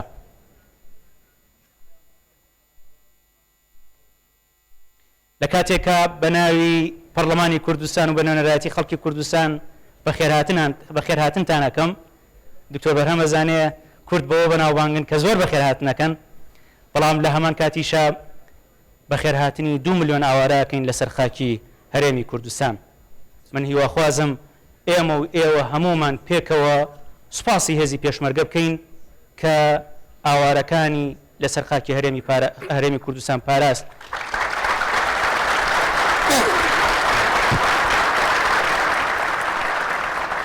سوپاسیان بکەین کە ئێمەیان پاراست، کە بارودۆخی ئێستای هەرێمی کوردستانیان پاراست. سوپاسیان بکەین کە ئەوان ئێستا ڕوبەڕووی دوژمنی عراق بوونەتەوە، بەڵام بەداخەوە تا ئێستاش بێبەرین لە خێر و بێری عراق. هەڵبەت پێویستە سوپاسی هاوپەیمانەکانیشمان بکەین کە لەم شەڕەیە لەگەڵمانن، لە شەڕ دژی تۆرۆریستان لەگەڵمانن. زیاتر ئەتوانم بڵێم وەکو عەتەبێک لەسەر هاوپەیمانە عراقیەکانمان، زیاتر لە هاوپەیمانە عراقیەکانمان هاوپەیمانەکانی دەرەوە هاوکارمان بوون. هەروەها سوپاسی سەرجەم هێزەکانی تری عراقی شەکەین کە ئێستا ڕوبەڕووی تیرۆریستان بوونەتەوە لە هەموو ناوچەکانی عراق. تیرۆر بەڵایەکە کە پێویستە کات کۆتایی پێبێت، بەڵام ئەبێ بزانین کێشەکانمان پێش تیرۆر بوونیان هەبووە، بوونەتە سەرچاوەی دروستبوونی تیرۆر لە عراق و مانەوەی کێشەکان دوای تیرۆریش ئەبێتە هۆی بەردەوامی کێشەکان لە عراق.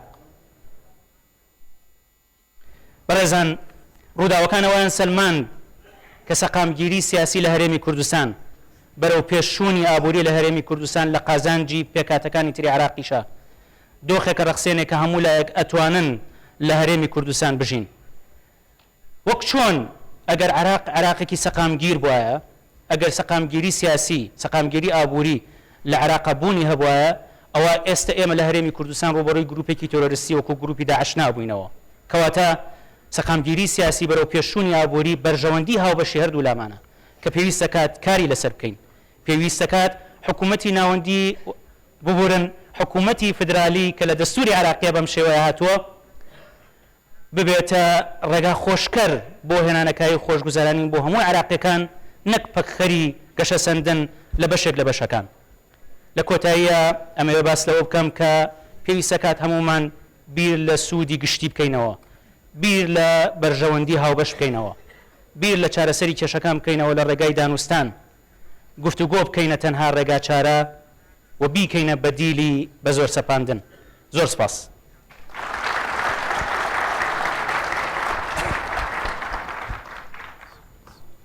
Great, thank you so much, Ustad Yusuf, for those words.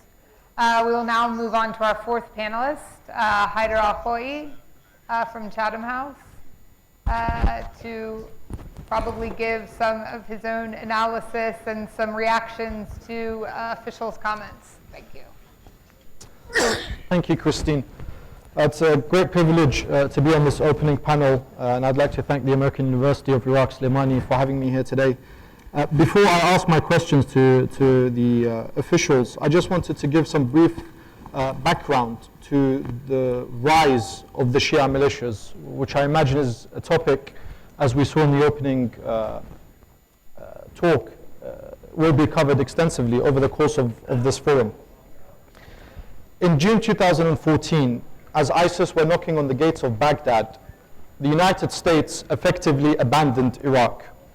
Today, Iraqis are puzzled to hear and see Americans, both officials and analysts, wax eloquent about who can or should be involved in the liberation of Iraqi towns and cities. And I say this not to downplay the vital role the United States is currently playing in shifting the momentum against ISIS, but rather to put today's crisis into context. The Americans unfortunately focused on the short-term aim of getting rid of Maliki, and they compromised their long-term strategic interests in Iraq and security in Iraq.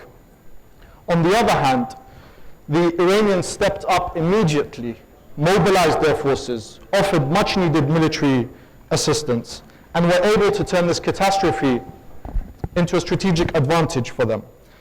And speaking to this sharp contrast, a senior Iraqi politician who I will not name told me last summer, and I quote, "Both the Americans and the Iranians are our strategic allies, but the Iranians don't let us down in our times of need."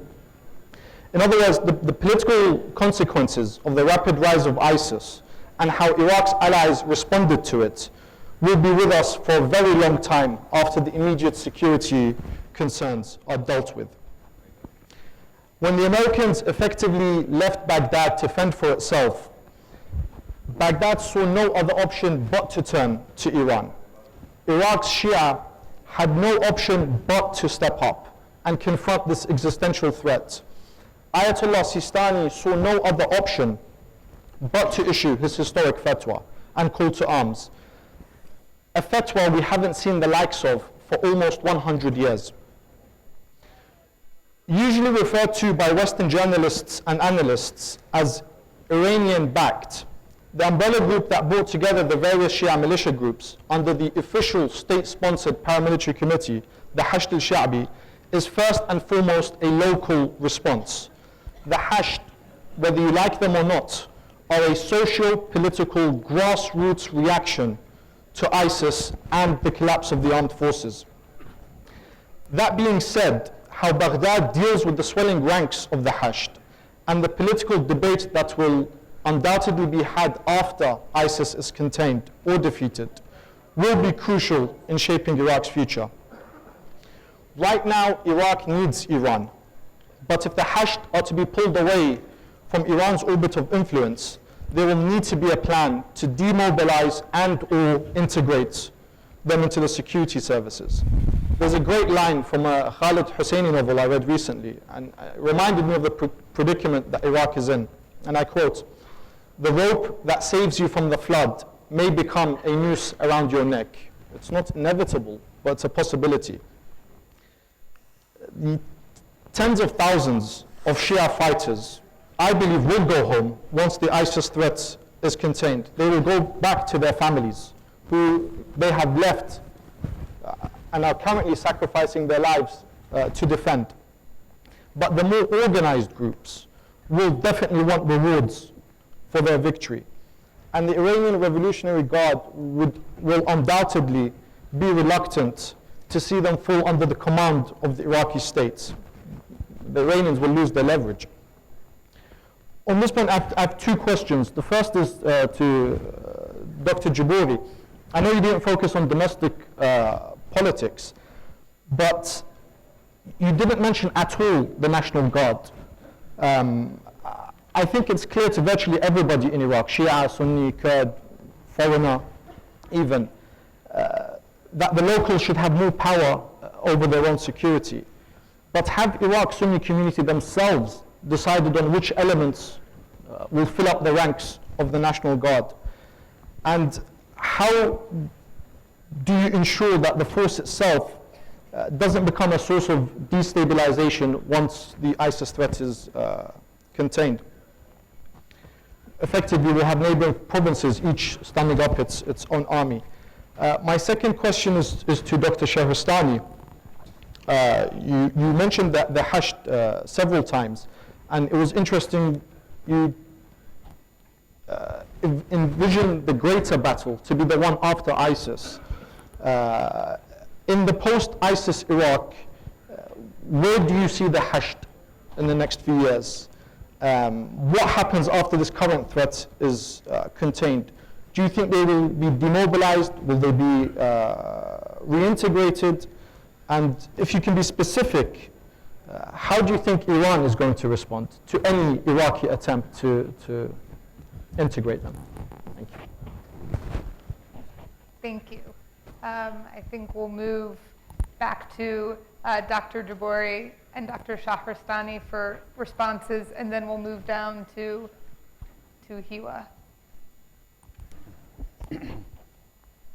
طبعا التحالف الدولي كان له دور كبير في حسم كثير من المعارك وعلى وجه التحديد في الأنبار. أنا شخصيا كنت أتصل بالسفارة الأمريكية أحيانا بناء على طلب الأهالي في الأنبار لغرض التدخل لحسم معركة، وفعلا وفي مواطن عديدة كان هناك دور كبير يبذل في هذا الجانب، وحسمت معارك بناء على المساهمة العسكرية الجوية.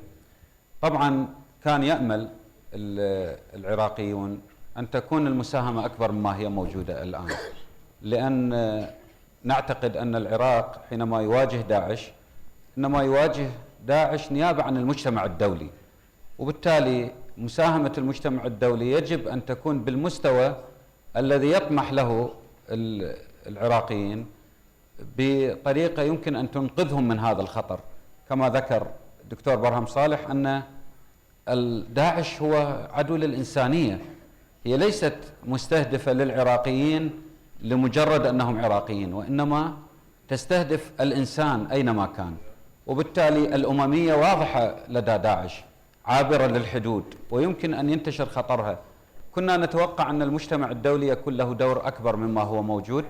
مع ذلك بعض المساهمات اللي تمت إلى حد ما هي كانت حاسمة في بعض المعارك، ولكن أيضا غائبة في أماكن ومواطن ينبغي أن يكون فيها. الأمر الثاني الحقيقة قضية الاستقرار هي قضية تقع ضمن برنامج، وقد تنطلق ببرنامج مجتمعي قائم على أساس المصالحة الحقيقية. يوم أمس كان هناك مبادرة ساهمت فيها أطراف، وكان إن الشرف برعايتها في منطقة صلاح الدين في المناطق التي حررت من داعش في منطقة يثرب والدجيل وبلد. العشائر العراقية عشائر متداخلة مع بعضها، عشيرة تميم سنة وشيعة، عشيرة خزرج سنة وشيعة، عشائر متداخلة. لكن حينما دخلت داعش وهناك من اصطف مع المجامع الإرهابية ودماء سالت بهذا الإطار، يصبح من الصعوبة بمكان في ذاكرة العراقيين العودة إلى سابق عهدهم في التعايش، إذا لم تكن هناك من مبادرات تتبناها الدولة العراقية ويتبناها المجتمع الدولي. الاستقرار أمر مهم، وحالة العنف يجب أن تنتهي، وطبعا لا يكون ذلك إلا برفض وجود المجاميع الإرهابية ورفض داعش وطرد كل من يواليها خوفا من أن يعود الأمر إلى ما كان عليه سابقا. Thank you. Thank you for that response. I think we'll move on in a matter of time to Ustad Shahrastani for a response. نحن دائما نتذكر فتوى المرجعية التي أدت إلى تشكيل الحشد الشعبي لمواجهة تجاوز داعش وتهديدا للعراقيين، ولكن ننسى الرسالة الطويلة التي صدرتها المرجعية لتوجيه داعش بكيفية إدارة المعركة، والتي حرمت فيها، ذكرت فيها الحقيقة بمبادئ الإسلام. توجيه الحشد. أنا شنو قلت؟ لا العفو.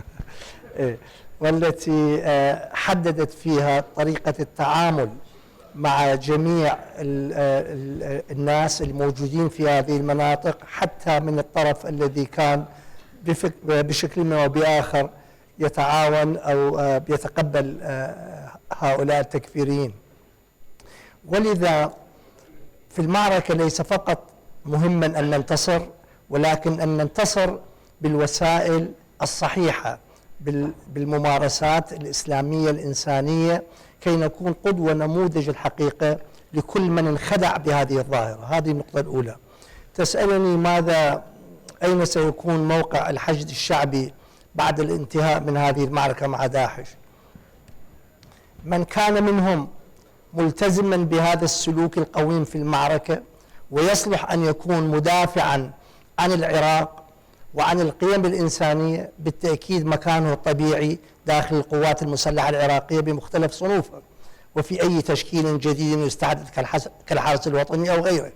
ومن لا سمح الله من لم يلتزم بهذا السلوك فقد لا يصلح أن يكون جزءا من هذه المنظومة، وعليه أن يعود إلى حياته الطبيعية الأخرى. أما دور إيران فأنا أتفق مع ما ذكرت حضرتك بأن الصديق من يقف معك في وقت الضيق، وبالفعل أثبتت إيران أنها كانت جاهزة ومستعدة رغم ما تعاني منه من وضع اقتصادي صعب نحن نعرفه، ولكن وقفت معنا وجهزتنا بكل ما تستطيع كي ندافع عن شعبنا وعن وطننا وعن إسلامنا وعقائدنا المشتركة. لا أقصد بالعقائد المشتركة المذهب الشيعي، وإنما القيم الإسلامية الأصيلة التي تتحكم بهذه المنطقة. ولذا العراقيون سوف لا ينسون هذا الفضل. المجتمع الدولي بزعامة الولايات المتحدة تداعى لنصرة العراق والتعاون مع العراقيين، جمعوا ائتلاف دولي لمساعدة العراقيين، ولكن بصراحة نحن في العراق لم نشعر في أي وقت من الأوقات، وقد بلغناهم بذلك، نحن لسنا بحاجة إلى مقاتلين على الأرض. العراقيين فيهم الكفاية.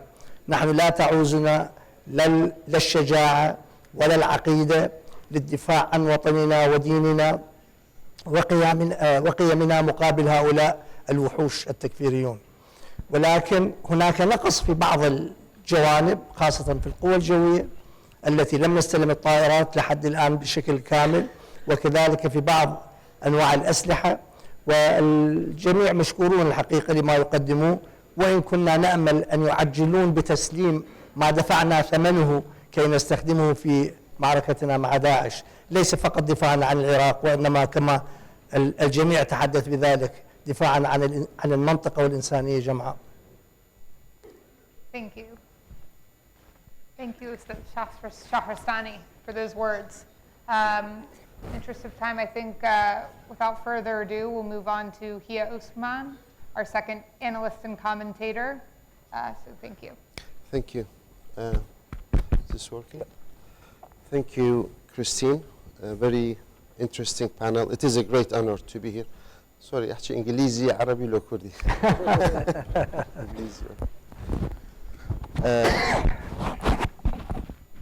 It was very interesting to listen and to look at today's topic of Suleymaniye Forum. Last year, we were exploring business and investment opportunities, the same place, same time. Today, we are looking at the turmoil. And I believe this transition of 1 year is exactly what happened 12 years ago and today. 12 years ago, old Iraq ended, thanks to the United States and to the international community. Old Iraq ended, but the Iraqis unfortunately failed to create the new Iraq. New Iraq has not come about yet. We are still waiting. And in this journey of search for the new Iraq, catastrophes happened. The only good thing that happened at the time, because I remember the early days, we were all looking for a new vision, a new definition of Iraq. The Kurds were talking about a federal, democratic, pluralistic, inclusive Iraq. Almost everybody, but the Kurds were at the forefront of calling for that. Looking at what the Constitution provided, it was a great idea. Fantastic. I mean, it said all the right things. But none of us were able to translate this into a common vision, to a common understanding of this new Iraq. And we end up today with an Iraq that is practically partitioned, an Iraq that has a Shiite section, a Sunni section, and a Kurdish section. Looking at things from Kurdistan, we in Iraqi Kurdistan are very worried about the future. Although we tried to create or to take part in this new Iraq, but today our reality is as follows. We are bordered by an Islamic State and an Islamic Republic.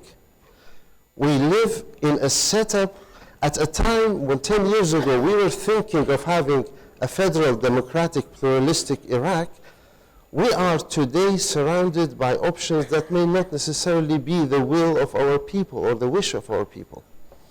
And in Iraqi Kurdistan, we tried, there has been many attempts to create a functional relationship with the center, but it has failed. There were two completely different understandings of the word federalism, of two completely different interpretations of relationship between Baghdad and Erbil. And as a result, we are where we are today. The young gentleman who opened the forum today, I am sure does not speak Arabic. He represents the new generation of Iraqi Kurds. It is a new reality that the center, that Baghdad has still not digested. The current generation of leaders who are in talks now with Baghdad are the last Arabic-speaking generation of the Kurds. The rest do not, and some of the existing leaders do not speak Arabic anyway. So there is a new reality in Iraq. And for Kurds to convince them to be part of this country, of this inclusive country, supposedly inclusive country, we always look at smaller examples that happened in other parts. One big test for the acceptance of the system, of its diversity, of its inclusiveness, is the treatment of minorities. This goes back before the days of Daesh. Prior to Daesh, we saw how the Christians were treated in Baghdad, in Basra, in other parts. We saw how the Yazidis were treated in the Islamic-dominated areas. We saw how the Mandaeans almost completely evacuated Baghdad today, one of the most ancient sects. As a Kurd, to tell a young Kurd today that this is the Iraq that you have to be part of, they will tell you no. And I can assure you that the current Kurdish leadership is under pressure of selling the new Iraq to its people. With that in mind, ISIS emerged. The emergence of ISIS, first of all, we saw it as a natural consequence to what was going on in Iraq. What ISIS managed to do in a day and a half, I think, they said the news report was that they crossed overnight from Syria and they took control of the entire city, of Iraq's second largest city, overnight. This is something that General Petraeus did not manage to do with tens of thousands of of American soldiers, not 1,200 gunmen who crossed with Kalashnikovs with light weapons to cross the border. That says something to us about the local acceptance of ISIS.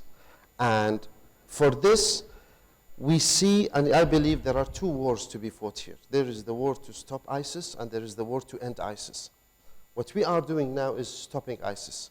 We are not ending ISIS. Ending ISIS cannot be done by Shiite forces, Kurdish forces, or American planes. Ending ISIS has to be done by a local, equally determined Sunni Arab force that wants to end ISIS at all costs, and they would only then, when that is organized and that is able to conduct military operations inside Mosul, inside these areas, to able to destabilize the structures of ISIS that they have created over the past almost year. And only when the initial indications of this emerges, then I believe that the Kurdish leadership, the Shiite leadership, and the international community should support such attempts. To this day, looking at all the pictures that are out of Mosul and out of the other areas, with all due respect to the Sunni Arab leaders who are outside these areas, all the pictures that are coming out of Mosul are ISIS pictures. Mosul is Iraq's second largest city. It has at least 1 million camera lenses of smartphones and mobiles. And Mosul is connected on the internet. So there are parts of it that are connected to the internet. Where are the other pictures? Where is the other narrative of ISIS? It doesn't exist. It's not anywhere. ISIS has the lead in that. The other very alarming thing that happened overnight, shortly after controlling ISIS, the Christian houses in Mosul, they were labeled as Noon, Nasrani. And they were given an ultimatum to convert, leave, or die. I'm not sure that a Moroccan or a Libyan or a Tunisian who came to fight in Iraq knows which house in Mosul is Christian and which house is not.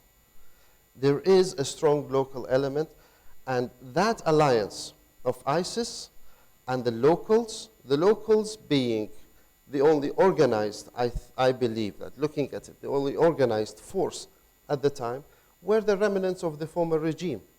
And to talk about national reconciliation, we have seen over the past 12 years, all talk of national reconciliation in the absence of including the remnants of the former regime, the people who are decision makers in the former regime, is ineffective, and it has been ineffective. Thank you. My question to His Excellency the Speaker, Speaker of Baghdad Parliament, of the Iraqi Parliament, is that I lead on from my earlier comment. I mean, your political bloc received millions of votes. The Sunni Arab bloc in Iraqi Parliament, there are millions of Sunni Arab votes. Where are they today on the ground? I remember in Iraqi Kurdistan, in this very city, when the Iraqi regime was in charge, was in control, not a week that passed without an assassination attempt, an attack, or anything against the Iraqi regime's forces. Now, if there is a popular rejection of ISIS, where is the organization that is mobilizing the people against them? And why haven't we seen a single assassination so far, a high-level assassination? An assassination doesn't need many weapons. It needs some training. It needs the will and a gun or a knife. Thank you. So we, ممكن يعاد بالعربي إذا تسمح السؤال. سؤالي حضراتكم في البرلمان العراقي، الكتلة العربية السنية حصلت على ملايين الأصوات من العراقيين. أين هم اليوم؟ لماذا لا نرى؟ حتى تحدثنا باللغة الإنجليزية، قلت أنه يوجد من السنة الماضية إلى اليوم المئات توجد في مدينة الموصل أو المناطق التي يسيطر عليها داعش الكثير من الهواتف الذكية التي لها عدسات تصوير. وتوجد في بعض المناطق خطوط إنترنت. أين هي الصورة الأخرى؟ الصورة الوحيدة التي تأتينا من مناطق التي تسيطر عليها داعش هي صورة داعش. أين هي المدونة الأخرى، مدونة المقاومة، مقاومة داعش المحلية؟ هذا كان سؤالي. شكرا. طبعا القيادات السنية كان لها دور وهو مستمر أيضا، ومستشعر الخطر الموجود لداعش، وهمها الأكبر هو تحرير المناطق التي سيطرت عليها داعش من هذه الهيمنة وهذا الوجود. بماذا يتمثل هذا الدور؟ أحيانا يتمثل بعملية استنهاض المجتمع الدولي لمساعدة العشائر السنية بالتسليح. أكو مشكلة حقيقية لابد من ذكرها بشكل واضح. كثير من السنة من العشائر السنية، وعلى مدى هذه الأشهر التي سيطرت فيها داعش على بداية نينوى واستمرارا بصلاح الدين والأنبار، تطالب بالتسليح وبالتجهيز. ليست هناك من استجابة واضحة من المجتمع الدولي. وحينما أيضا يتم الحديث مع الحكومة العراقية، هناك إشكالية تتعلق بالوضع الاقتصادي وبالسلاح الموجود، بمعنى أن دور السياسيين هو متلاحم مع من يرفض داعش، ويحاول قدر الإمكان أن يوجد السبل لعملية إيجاد مقاومة رافضة يمكن أن تستخدم السلاح ضمن إطار المناطق التي وجدت فيها داعش.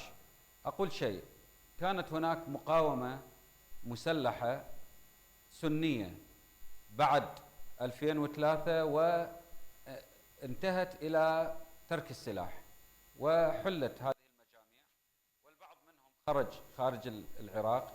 وحينما دخلت داعش أصبحت هناك مشكلة تحتاج إلى عملية تنظيم. العشائر ليست منظمة بدرجة كبيرة، وعليه دور هذه القيادات السنية هي مساعدتها، إيصالها إلى اللحظة التي تواجه فيها المجاميع الإرهابية، إيجاد السبل التي تجهز وتدرب، وأيضا إيصال الصوت إلى الأطراف الدولية المهتمة بالوضع العراقي من خلال الاتفاق على ثوابت تنطلق من رفض داعش، وأيضا المساهمة مع الأطراف الأخرى بهذا الإطار.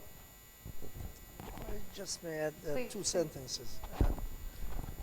أنا بس أعلق على ما تفضل به بأن الأقليات في العراق كانت مستهدفة حتى قبل دخول داعش، وكون المسيحيين كانوا يهاجمون في بغداد والصابئة وغيرها، لكن نسي أن يذكر من الذي كان يهاجم هؤلاء.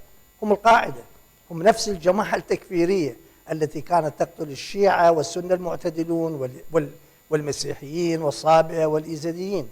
فالحقيقة هم نفسهم. الشعب العراقي الذي يقف الآن في مواجهة داعش ويقاتل هو الذي كان يدافع عن هذه الأقليات، هو الذي كان يحتضن هذه الأقليات، وكان يقدم ضحايا كثر في الدفاع عن الكنائس والدفاع عن كل دور العبادة للأقليات الدينية والأخرى الموجودة في العراق. ولكن بنفس الوقت كانت بعض العمليات التفجيرية يعني تستهدف هؤلاء كما تستهدف بقية العراقيين.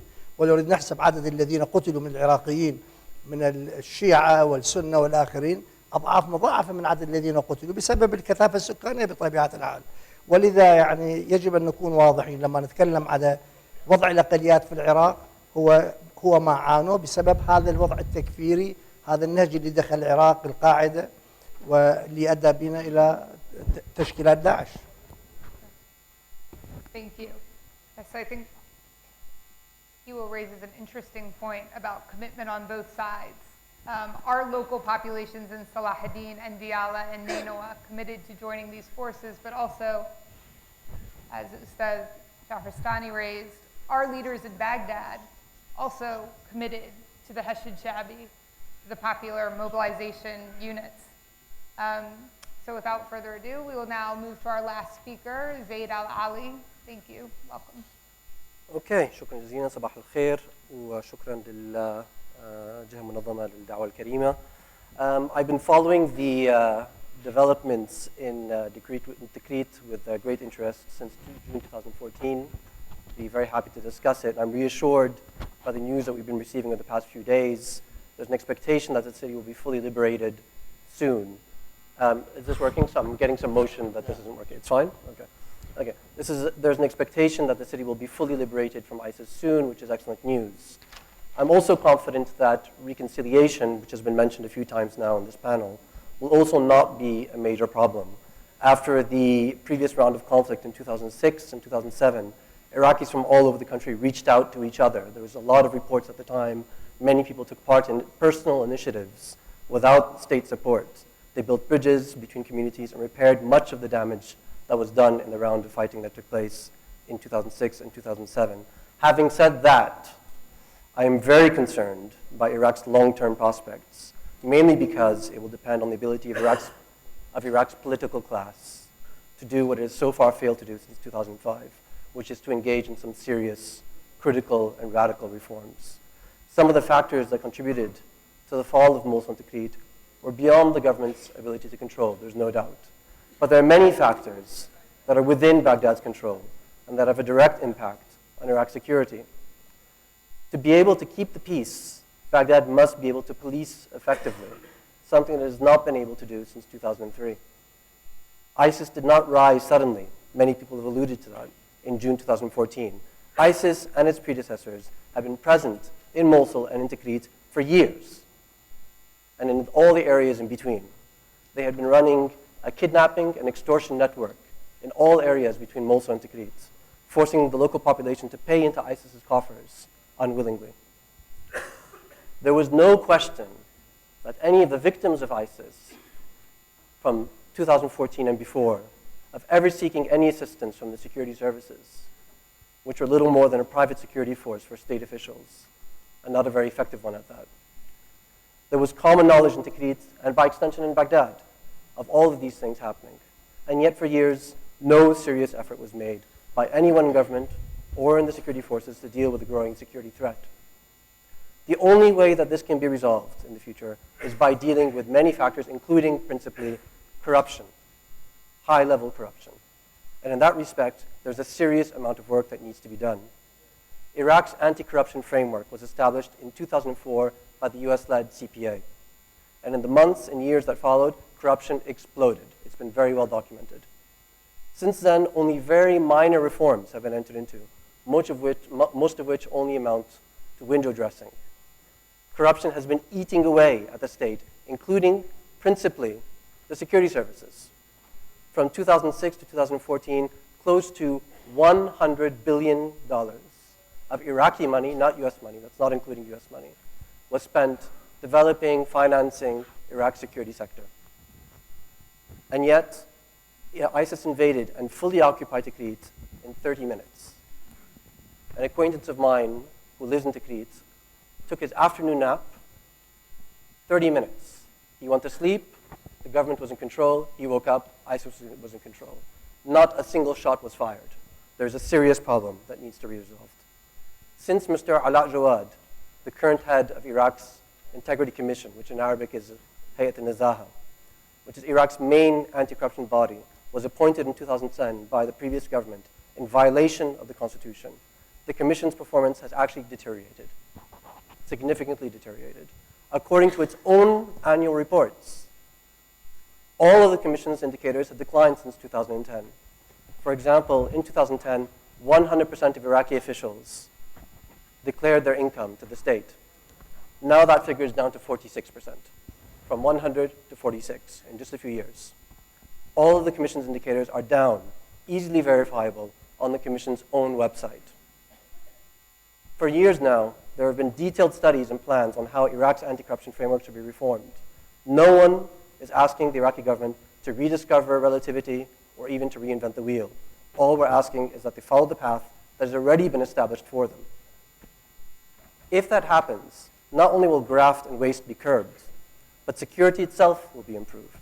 We will no longer have to endure the embarrassing and humiliating spectacle of security forces using bogus equipment to detect bombs in Baghdad and elsewhere. Plus, it will allow for a greater rule of law.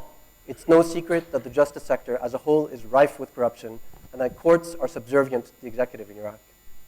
Given the amount of abuse that goes on to detention in Iraq, and how long it's been going on, it is shocking that so little has been done, that so few detention officials who routinely torture detainees are ever prosecuted.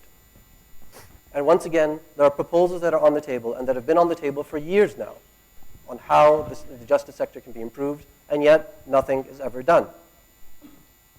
Finally, the last point, which I would like to mention. So Hiwa makes a valuable point about minorities. What I would like to make the point of is women, the treatment of women. Based on experience from the world over, the liberation of women is recognized as the most effective, or one of the most effective, conflict reduction mechanisms over the long term. Seeing the way in which women are treated in this country, including by its political class, I won't go into names, it is shocking to see how the issue is hardly ever discussed. As gender imbalance has deteriorated over the years, the government has continually shirked from its responsibilities. This is something that everyone should be raising every day, all the time, and yet no one seems to care. Incredibly. For example, I'm not trying to be unpleasant, but the composition of this panel. We have 6 speakers, 6 government officials, three government officials, 3 commentators, all men, no women.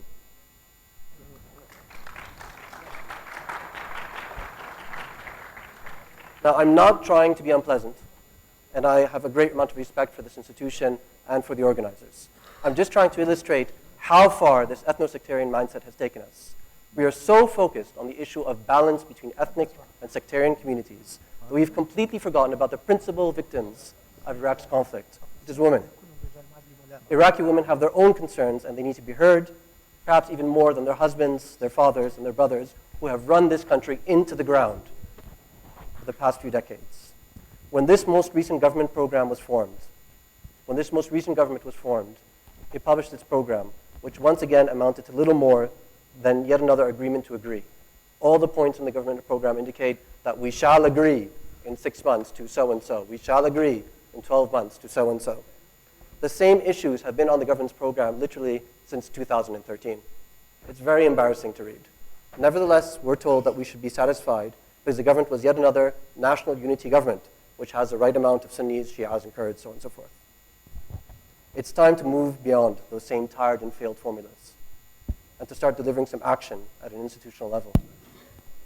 My question to the entire political class, Salim al-Juboudi, my good friend, said that the principal fear is that we fall into a situation of a non-state, la dawla.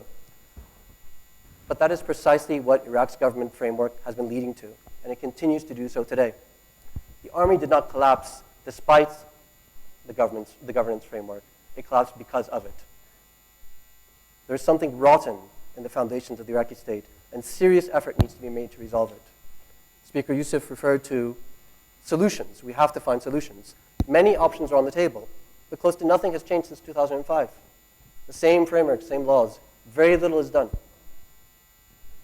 Our model has essentially failed. The Iraqi political model has essentially failed. The model that these people follow has failed. What we need is radical reform. My question, when are you going to deliver? Thank you. Thank you. I will pass the question to you all. الحكومة العراقية نشأت والجديدة أقصد، وكان هناك حوار شامل للممثلي الأطراف السياسية، وأخذوا بالاعتبار جملة من المشاكل المستقبلية اللي ولدت حالة من الاختناقات العديدة، ولذلك وضعت وثيقة اسمها وثيقة الاتفاق السياسي، وعلى ضوء ذلك تم تشكيل الحكومة الجامعة الشاملة التي تمثل كل الأطياف الاجتماعية والسياسية، وأيضا أخذ على عاتق البرلمان العراقي كجزء من التزامه في تشريع القوانين الأساسية المهمة. احنا نعتقد أن هناك كثير من التشريعات التي ينبغي أن تأخذ مداها في الإقرار. قانون النفط والغاز واحدة منها، قانون المحكمة الاتحادية، وحتى حينما نتحدث عن المساءلة والعدالة فهو قانون للمصالحة، وحينما نتحدث عن الحرس الوطني فهو حل لمشكلة حمل السلاح، وجملة من الالتزامات اللي وقعت أيضا على عاتق الحكومة العراقية. وعليه أنا في قناعتي إذا أسندت الحكومة العراقية الحالية وأيضا تم تعزيز دور البرلمان بشكل إيجابي وكامل، وكانت هناك مساندة من المجتمع الدولي بشكل فاعل، نستطيع أن نتجاوز الأزمة وأن ننتقل إلى طور جديد، لأن المجتمع العراقي الحقيقة يشعر أن هناك أمل، من غير المنطقي أن يجهض هذا الأمل بعدم تعاوننا مع بعضنا أو بإهمال المجتمع الدولي لنا. وعليه أعتقد نحن قادرين على أن نتجاوز العقبات، وهي كبيرة. لم يمنع أي بلد بمثل ما مني به العراق من مشاكل أمنية، ومع ذلك حكومة موجودة وبرلمان موجود وممارسة سياسية قائمة. نعم أكو خلافات تنشأ هنا وهناك بسبب متابعة بعضنا للبعض الآخر وشعور بعضنا بضرورة تعميق الثقة. أعتقد الثقة يجب أن تتكامل حتى نستطيع أن نتجاوز المشاكل السياسية، وأيضا أن تنعكس بشكل إيجابي على المجتمع العراقي. If I may just end on an optimistic note, بالنسبة لدور المرأة في العراق، أروي لكم حادثة صارت قبل أسبوعين. كان اكو مؤتمر لوزراء التعليم العالي لدول عدم الانحياز في طهران، ورحت أنا لهذا المؤتمر. لما استقبلوني بالمطار كان الوفد العراقي أنا، واستقبلتني القائم بالأعمال، يعني الشخص الأول بالسفارة العراقية في طهران وكانت امرأة، الشخص الثاني في السفارة العراقية في طهران وكانت امرأة، الملحقة الثقافية العراقية في طهران وكانت امرأة، والمترجمة كانت امرأة. فالوفد العراقي كان كله نساء في طهران، بالمقابل كان الوفد الإيراني كله رجال. بالإضافة إلى ما الآن الحقيقة اختارت رئاسة الوزراء امرأة كي تكون أمينة بغداد. فكون الامرأة غائبة، وين كنا فخورين أن تكون المودريتر مالتنا امرأة، ولكن كون المرأة غائبة عن هذا البانل لا يعني أن ليس لها دور فعال في العراق الجديد. أما ما تحدثت عنه عن موضوع الفساد، فأنا ذكرت في كلمتي يعني المعركة الحقيقية إن لم نكسبها سوف لا نستطيع أن نبني العراق. ولكن محاربة الفساد ليست عملية حكومية فقط، وإنما عملية مجتمعية، كما هي قضية حقوق الإنسان، كما قضية بناء المجتمع. إذا يعني حقوق الإنسان منتهكة داخل البيت العراقي، في الشارع العراقي، في السوق العراقية، وعلى المستويات المختلفة، وكذلك هذه الممارسات الفساد. فما لم الحقيقة نحول المجتمع من خلال الشباب الواعد المثقف الذي سيتسلم المسؤولية بعدنا، بحيث نسلك سلوك نحترم الإنسان وحقوقه وحقه بممارسة شعائره ومعتقداته، أن نحارب الفساد بكل أشكاله، أن نعيش كمواطنين أحرار في ظل القانون، ونبني مجتمعا جديدا مبني على هذه المبادئ. سوف لا تستطيع أي جهة لوحدها، الحكومية أو البرلمانية أو منظمات المجتمع المدني، أن تعيد الحقيقة بناء المجتمع، وإنما هي مهمة الجميع في المجتمع. Thank you. Dr. Youssef. بسیاری لەمن هەبوو. شاركة Oh, sorry. I thought you might want to باسی comment ئیسلاحی on the سیاسی کرد. question. بس إصلاح سياسي بو كي دس بيكن. لە ڕاستیە ئەوەی کە باسمان کرد لە عێراقا پێویستمان بە نموزەجێکی تر لە حکومڕانی هەیە کە پێویستمان بۆیە عێراق سەر لە نوێدا بڕێژرێتەوە بەر مەبنای ئەو دەستورەی کە هەموو لایەنەکان لەسەری ڕێک کەوتون. طبعا لەمەیە من متفقم لەگەڵ بەڕێز دکتۆر سەلیم جوبوری کە ڕۆڵی ئەنجومەنی نوێنەرانی عێراق و پەرلەمانی کوردستان ڕۆڵێکی محوەریە بێ لە بەگژاچوونەوەی گەندەڵی لە عێراق، لە چاودێریکردنی سەرجەمدام و دەستگاکان و هێنانەکایی سیستمێکی نوێ لە عێراقە کە مافەکانی هاوڵاتیان و بەرژەوەندی هاوڵاتیان ببێتە پێوەرتایە. ڕاستی نازانم ئەمە کەی دەست پێکە لە عێراقا، بەڵام پێم وایە ئەمڕۆ لە هەر کات زیاتر درەنگە بۆ ئەوەی نخبەی سیاسی لە عێراق دابنیشێ، سەیری ڕابردوو بکە. هەرچەنە نخبەی سیاسی ئێستای عێراق هەمان ئەو نخبەیان تا ڕادەیەکی زۆر هەمانە و نخبەیان کە هەوڵێوەیاندا عێراقێکی تازە دروست بکەن، پێویستە کات دابنیشن و لەگەڵ نخبەی نوێش دابنیشن بۆ ئەوەی بیر لەوە بکەینەوە بزانین لە ڕابردوو چیمان کرد هەڵە بوو و چۆن بتوانین ئەو هەڵانە چاپ بکەینەوە و سەر لە نوێ ئەوە دروست بکەین کە هەمومان چاوەڕێیەکەین عراقێک بێت کە ڕێز لە هەموو پێکاتەکانی بگرێت ڕێز لە مافی هاوڵاتیەکان بگرێت ئەگەر عراق نەیتوانی ببێتە دەوڵەتی هاوڵاتی ئەبێ ئەتوانرێ بکرێتە عراقێک کە هاوسەنگی لە نێوان پێکاتی جیاوازەکانی بێنێتەکایەوە. Thank you. In the interest of time, I think we'll open the panel to 2 or 3 questions from the audience. And then we will be adjourning for lunch. But if everyone could bear with us for a little bit as we run over. We have the question. Are the question answer with the microphone?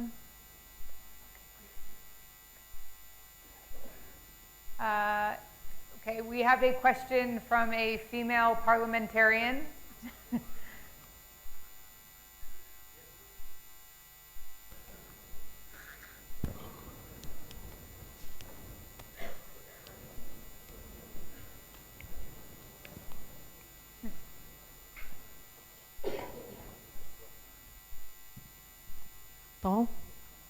سڵاو بەڕێزان سڵاو لەو هەموو پیاوە نازدارەی کە ڕیزی پێشەوەیان گرتووە و باز لە سیاسەتی وڵاتێکەکەن کە تەنها باز لە خۆیانەکەن.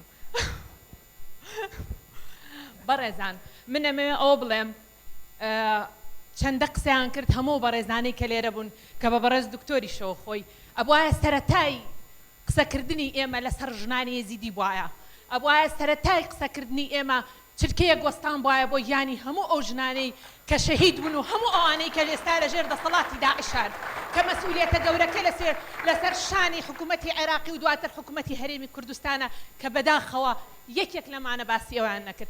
من زۆر سوپاسی و بەڕێزاکەم ئەو باش بوو لەبەرەوەی دیارە ئەوروپیە بۆیە توانی باسی ژن بکە هەینا هەموو ئەم بەڕێزانە بە هیچ شێوەیەک تەنها تەسمیەکی ژنیان نەکرد هەمومانەزانین لەم وڵاتەیە کە کاتێک شەڕ ڕۆیە ئەوەی کە زەرەرمەندی یەکەمە ژنان و مناڵانی ئەم وڵاتەن و هەموو بەبەڕێز سەرۆکی پەرلەمانی عێراق و سەرۆکی پەرلەمانی کوردستانیشەوە من ئەمیست و داواکاری ئەوەش بووم کە ئەبوایە سەرەتای قسەکانیان بەوە بووە سەرەتای قسەکانیان باسکردن وایە لەو هەموو کێشانێک کە ڕوبەڕووی ژنەبرە لە کۆتایە منەڵێم تکاتان لێکەم هەموو بەرپرسانەی کە لێرن ئەوانەی کە لە دەرەوە هاتوون ئەوانەی کە لە وڵاتە ئەکید نوێنەرەکانی دەرەوە واتە دەرەوەی عێراقیش هەموو هەر پیاوانن تکایە ئەو پیاوانە کەمێک بیرکەنەوە لە ژیان و لە ناخۆشی و مەینەتەکانی ژنانی یەزیدی کە ئێستا لەژێر دەسەڵاتی داعشان و ئەوانەشی کە گەڕاونەتەوە سپاس بۆ ئێوە. Thank you, Rezan Khan. Let's move to a question in the center.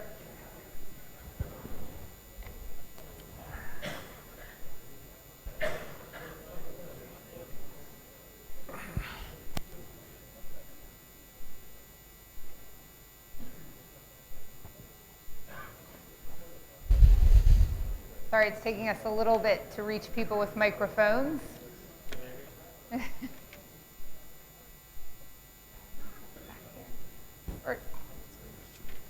Thank you.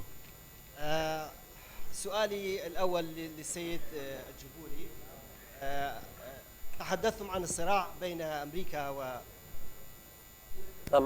بين أمريكا وإيران في العراق. ألا تعتقدون أنه الصراع الثاني الأهم في المنطقة هو الصراع المحور السني والشيعي في العراق اللي يهدد مستقبل العراق أيضا، وخاصة أننا نعرف يعني هناك عدد من الدول السنية في المنطقة مثل قطر وتركيا بصراحة متهمون بدعم داعش. والسؤال الثاني للسيد شهرستاني، مع الأسف يعني أساسا اللي عندنا لما يتكلمون بالعموميات، يجب أن نفضل المصلحة العامة على المصلحة الحزبية على المصلحة الفئوية، لكن كيف؟ أنا أريد أدخل في تفصيلة بسيطة وأسألكم، لنفرض أنه حول العلاقة بين المركز والإقليم، بين الحكومة الاتحادية وحكومة إقليم، لنفرض أن كل ما تقوله الحكومة الاتحادية حول قضية النفط فيما يتعلق بالإقليم صحيحة 100%. لنفرض جدلا إنها صحيحة، إن بيع النفط من قبل الإقليم غير دستوري غير قانوني وكل شيء. ما ذنب المواطن الذي أنتم تمنعون عنه الحقوق والرواتب، الذي يخدم في الخدمة العامة، في الصحة، في التربية؟ هل تعتبرونهم عراقيون وأنتم ترسلون الرواتب إلى المناطق التي يسيطر عليها داعش؟ شكرا.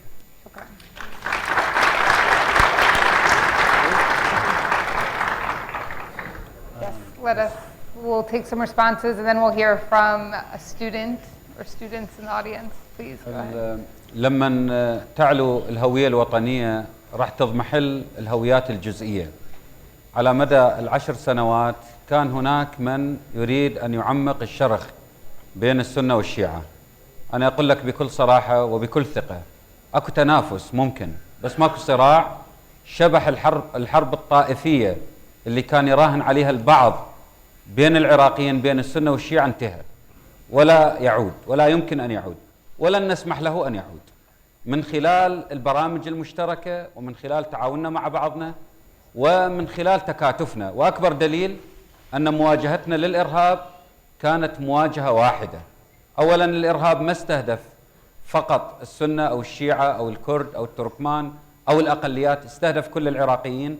اثنين، كل العراقيين كان عندهم استعداد وفعلا في ساحات القتال وقفوا جنب إلى جنب لمواجهة خطر داعش وخطر الإرهاب.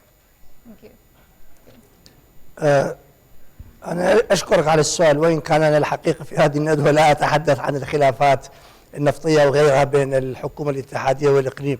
إذا كان عندك استفسارات عن النقاط الخلاف بشأن الملف النفطي، معالي وزير النفط موجود هنا وبالإمكان الحديث معه. سؤال المشكلة وذهب. لا، ولكن عموما في موازنة عام 2015 النافذة الآن هناك اتفاق بأن يتم تسليم مقدار من النفط 300,000 برميل باليوم من حقول كركوك و205,000 برميل باليوم من حقول الإقليم إلى شركة سومو لتصديرها عبر الخط العابر من تركيا إلى جيهان. وبالمقابل هناك تخصيصات في الموازنة 17% من الإنفاق العام اللي يصير. والاتفاق وإن كان يعني حاليا كميات النفط المسلمة ليست بالمستوى المتفق عليه في الموازنة، ولكن هناك جهود مبذولة من كل الأطراف. هناك معوقات فنية الحقيقة، مسألة أنابيب وغيرها. إن شاء الله عندما تتكامل نأمل أن نصل إلى تنفيذ حقيقي لهذا الاتفاق ونخلي الخلافات الماضية خلفنا. وأما إثارة الخلافات هناك دائما أكثر من جواب ترى، بس ما أعتقد الحقيقة الآن من المفيد اشترار هذه الخلافات.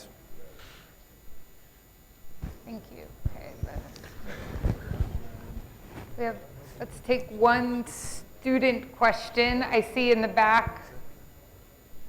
Hakar, question. One question. If we could all just keep to one question, no violations. سيداتي سادتي، أهلا وسهلا بكم في سليمانية. Welcome to IOIS. I have only one question. I want to ask it in Arabic.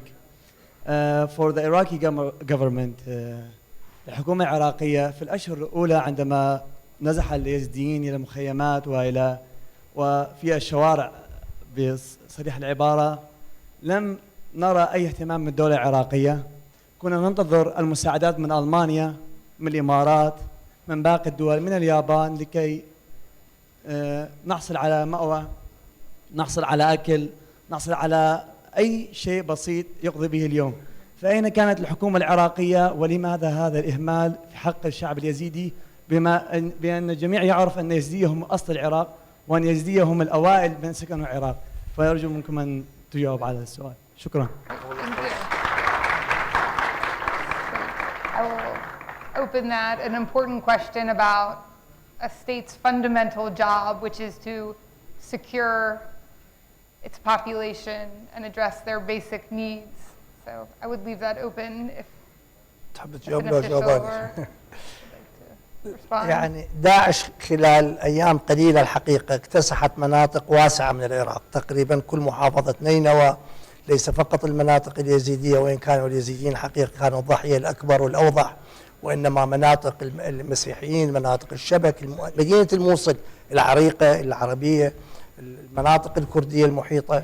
وكذلك الحقيقة تمددوا إلى صلاح الدين، وصلوا إلى قرب حدود سامراء، تمددوا في ديالى وفي الأنبار. فكان العراق في مناطق واسعة مبتلى بأعداد كبيرة.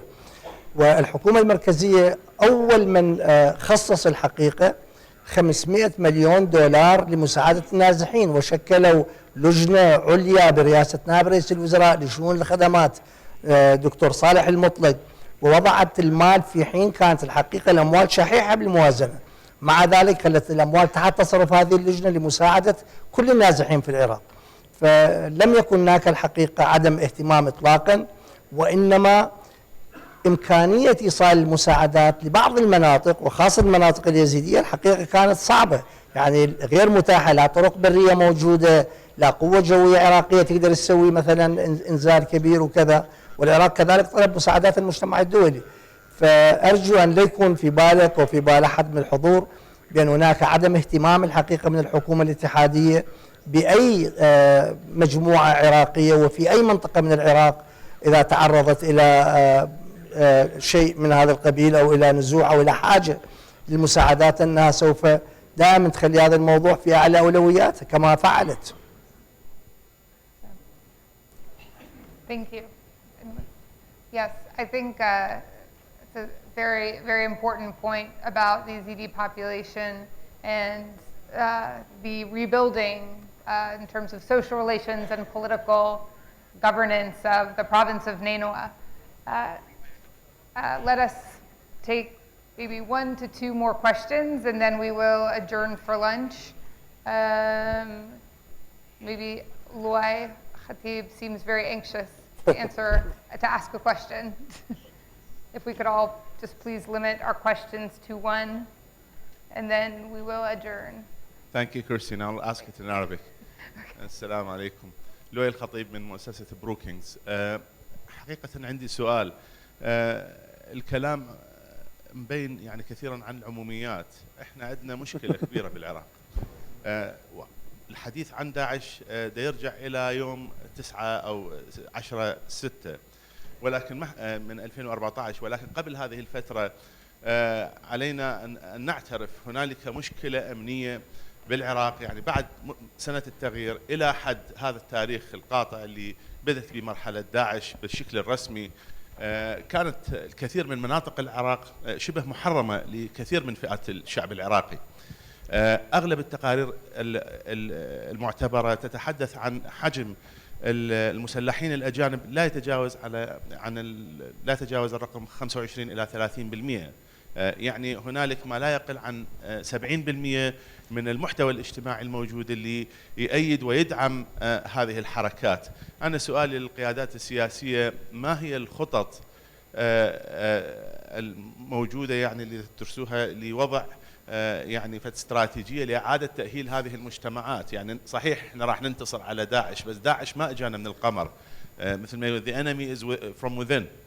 كأن تكون فكرة، كأن يكون عداء. فإحنا عندنا شنو كيف أن نخلص من هذا الداء؟ شنو هي الاستراتيجية الموجودة؟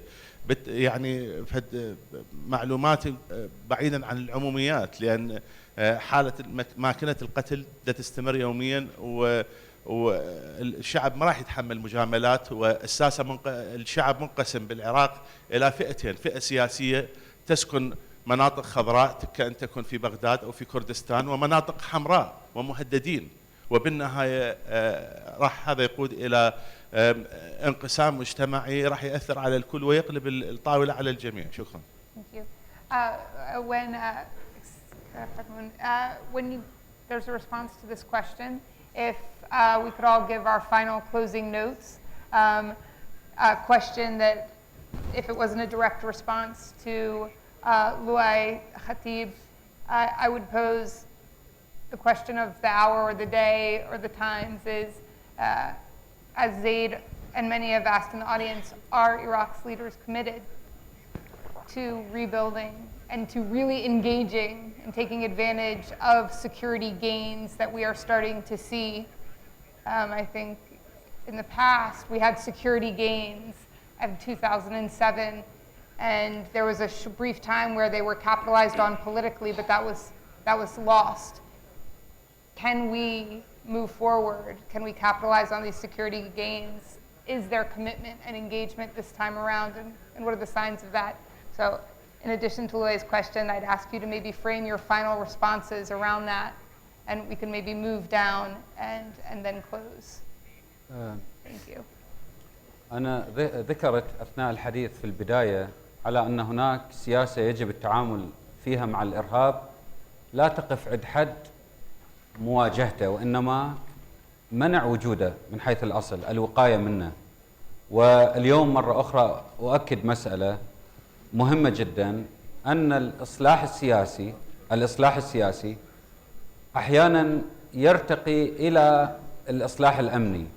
إذا أمنا الإصلاح السياسي وتعاملنا بشكل واضح مع المواطنين العراقيين، وفرت لهم سبل العيش على أنهم مواطنين من درجة واحدة، وليس هناك من إبعاد لأحد وتقديم لآخر، ويشعرون أن هناك ثقة تربطهم بالحكومة وثقة تربطهم بالبرلمان، وأن هناك اهتمام وتعاون قائم على هذا الأساس ومشاركة فعلية حقيقية، هذا كفيل بأن يتعاون الجميع لرفض كل مسببات ووجود الإرهاب.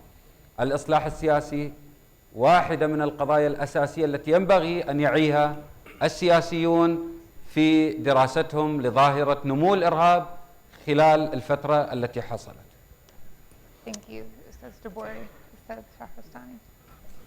الشعوب الحية والشعب العراقي قطعا من هذه الشعوب هي التي تستفاد من الأزمات الكبرى لإعادة بناء مجتمعاتها وإعادة تقييم نهجها ومسيرتها وإعادة وضع أسس صحيحة. وأنا أعتقد الآن هذه فرصة حقيقية للعراقيين ليعيدوا تقييم المرحلة السابقة بأخطائها وبعض نجاحاتها، وأن يضعوا خطط جديدة. أما الآن في ندوة بوقت محدود التفصيل ما هي الأفكار التي الآن تراودني أو تراود غيري من الموجودين في الحكومة أو خارج الحكومة، هذا يحتاج إلى وقت آخر. ولكن قطعا الكل يعي، عموم الشعب العراقي ناهيك عن المسؤولين، بأن حان الوقت أن نجد حلول لكل المشكلات الاجتماعية والاقتصادية والسياسية. المشكلات يعني مع احترامي للرأي موضوع الإصلاح السياسي هذا مطلوب، لا أحد يقلل من شأنه، ولكن هناك إصلاحات اجتماعية واقتصادية أساسية مطلوبة. مثال واحد بسيط، هل الفوارق الهائلة بين الرواتب بين أصحاب المليارات وبين من لم يجد قوت لعائلته وأولاده، هذه لا يمكن أن تخلق مجتمع مستقر أمنيا وسياسيا واجتماعيا. هذه أمور يجب أن تعالج، كثير من هذه المسائل يجب أن تعالج، وهناك الحقيقة يعني أفكار كثيرة ودراسات كثيرة، وأنا واثق أن يعني الحمد لله نظامنا الانتخابي ممكن أن يولد قيادات وتغييرات، والكل سوف يهتم بالتركيز على إيجاد حلول ليس فقط للإصلاح السياسي على أهميته، حلول اقتصادية، حلول سياسية، حلول اجتماعية، حلول ثقافية، بالإضافة إلى الوضع الأمني. من أهم الحلول الأمنية اللي أنا الحقيقة حاولت أن أتطرق إلى بعضها بسرعة هو أن الأجهزة الأمنية لازم تكون أولويتها أمن المواطن وليس حماية المسؤول. أنا ذكرتها، القوات الأمنية لازم تدافع عن الوطن والشعب وليس عن نظام سياسي معين، وأمثال هذه الأفكار الحقيقة يجب تأخذ طريقها إلى أرض الواقع. دراستیار وەکو لە قسەکانی سەرەتام ئاماژەم پێدا نابێت لە ڕوانگەی داعشەوە بڕۆینە کێشەکانی ئێستای عێراق، و تەنانەت ئەو بەڕێزە باسی لەوە کرد کە لە ڕۆژی دوای ڕووخانی ڕژەمی عێراقەوە بەردەوام کێشەکان هەن، کێشەی ئەمنی هەن. من ئەمەوێت سەرنجتان بۆ ڕابکێشم ڕەنگە لە دروستبوونی عێراقەوە ئەم کێشانە بوونیان هەیە. ئەمەوێت بەبیرتان بخەمەوە لە مەلیکەوە بۆ بەڕێز مالیکی، جگە لە بەڕێز مالیکی ئەوانی تری بە شێوەیەکی سروشتی نەمردوون لە عێراق، سەرکردەکانی عێراق، قائیدەکانی عێراق ئەوانەی کە حکمی عێراقیان کردووە بە شێوەیەکی سروشتی نەمردوون، یان ئەعدام کراون یان کوژراون. واتە ململانە سیاسیەکان لە عێراقا یان ململانە تائیفیەکان یان ململانە ئیتنیەکان ڕێگێکی دوور و درێژی هەیە. بەوە چارەسەر نابێ ئەمە باسە داعش و دوای داعش بکەین و باس لەوە بکەین تەرتیباتی ئەمنی دوای داعش چۆنە بێ و چۆن ئیسلاحی سیاسی بکەین بۆ من پێم وایە پێویستمان بە وەقفەیەکی جەریئانە هەیە نخبەی سیاسی عراق پێویستە کات دابنیشن و سەر لە نوێ بیر لە ستراکچەری عراق بکەنەوە بەبێ دەستکاریکردنی ستراکچەری عراق بەبێ گۆڕینی ئەو پێکاتەیە کە ئێستا هەیە ناتوانرێت کێشەکان چارەسەر بکرێت قاعیدە بە شێوەیەکی ئەمنی معالەجە کرا و لاواز کرا و ئەستەن سوود لە عشایرە سونەکانی وەرگیرا بۆ ئەوەی کە قاعدە لە عراق وە دەربنرێیان ئەسەن حازینەیەکی وای لە عراق نەمێنێ بەڵام ئەبینین لە قاعدە زۆر خراپتر هاتەکایەوە کە داعشە ڕەنگە نموزەجێکی زۆر خراپتری تیرۆر بریتی بێت لە داعش کە زۆر خراپتر لە ڕێکخراوی القاعدە ئەگەر بەم شێوە مەرحەلی و بەم شێوە چارەسەر وەختیانە بڕوانینە کێشەکانی ئێستای عراق من پێم وایە ڕەنگە داهاتوویەکی زۆر خراپتر لە ئێستامان بێتەکایەوە و ڕەنگە تەقسیم دوور نییە لە عراق بێتەکایەوە بۆیە بەبێ حوارێکی جەریئانە بەبێ حوارێکی ئازایانە لەلایەن نخبەی سیاسی عراق ناتوانرێ داهاتوویەکی باش بۆ عراق تامین بکرێەوە داهاتوویەکی باش بۆ نەوەکانی عراق بۆ نەوەکانی ئێستا و داهاتووی عراق تامین بکرێ. Thank you, Christine. I actually just wanted to, I know we were supposed to respond to the politicians, but Kakiwa said something I thought it's worth responding to. And this idea of the Sunni supports Daesh or ISIS, I'm not saying you're saying this broadly, but first of all, I'm very skeptical of this claim. And a lot of people are extrapolating an incident here or there on social media and making very, not just misleading, but dangerous generalizations. My argument is do not take Sunni support for ISIS at face value. Does ISIS have support from within the Sunni community? Of course they do. They wouldn't be able to survive in Iraq without it. Does the Sunni community support ISIS? Absolutely not. Not everyone who waves an ISIS flag in ISIS propaganda is an ISIS supporter. Not all the tribesmen who appear in ISIS propaganda are genuine ISIS supporters. Do not underestimate the fear factor. Stating the obvious, but these people live under ISIS. ISIS does not tolerate discussion, let alone dissent. We had Shia Arabs under Saddam Hussein chanting "Birruh biddam naftik ya Saddam." Does that mean the Shia community supported the Ba'ath Party? Absolutely not. Did they have a choice? Not really. So even now, let's not forget that the only reason Anbar hasn't fallen to ISIS is because Sunni tribes are fighting alongside the Iraqi security forces. It's not because of coalition airstrikes. Of course, the US-led coalition airstrikes are key in blunting ISIS, but the key here is local resistance. The tribes may not necessarily be pro-government, but certainly they are anti-ISIS. You know, we have thousands of Sunni tribesmen right now fighting alongside the Iraqi security forces in the operation to liberate Tikrit. We sit here and we say there is a Shia-Sunni war. 150 miles from where we're sitting, there are Shia and Sunni brothers fighting side by side against terrorism to make us safe here. And I think it's about time this is acknowledged. You know, the dominant narrative in the media of a sectarian war, again, isn't just misleading. It's actually dangerous because it's fanning the flames of this war. Thank you. Thank you. Thank you, an important point. Hiwa. Thank you. I did not say that there's popular Sunni support. What I said there is lack of resistance structures to the presence of ISIS.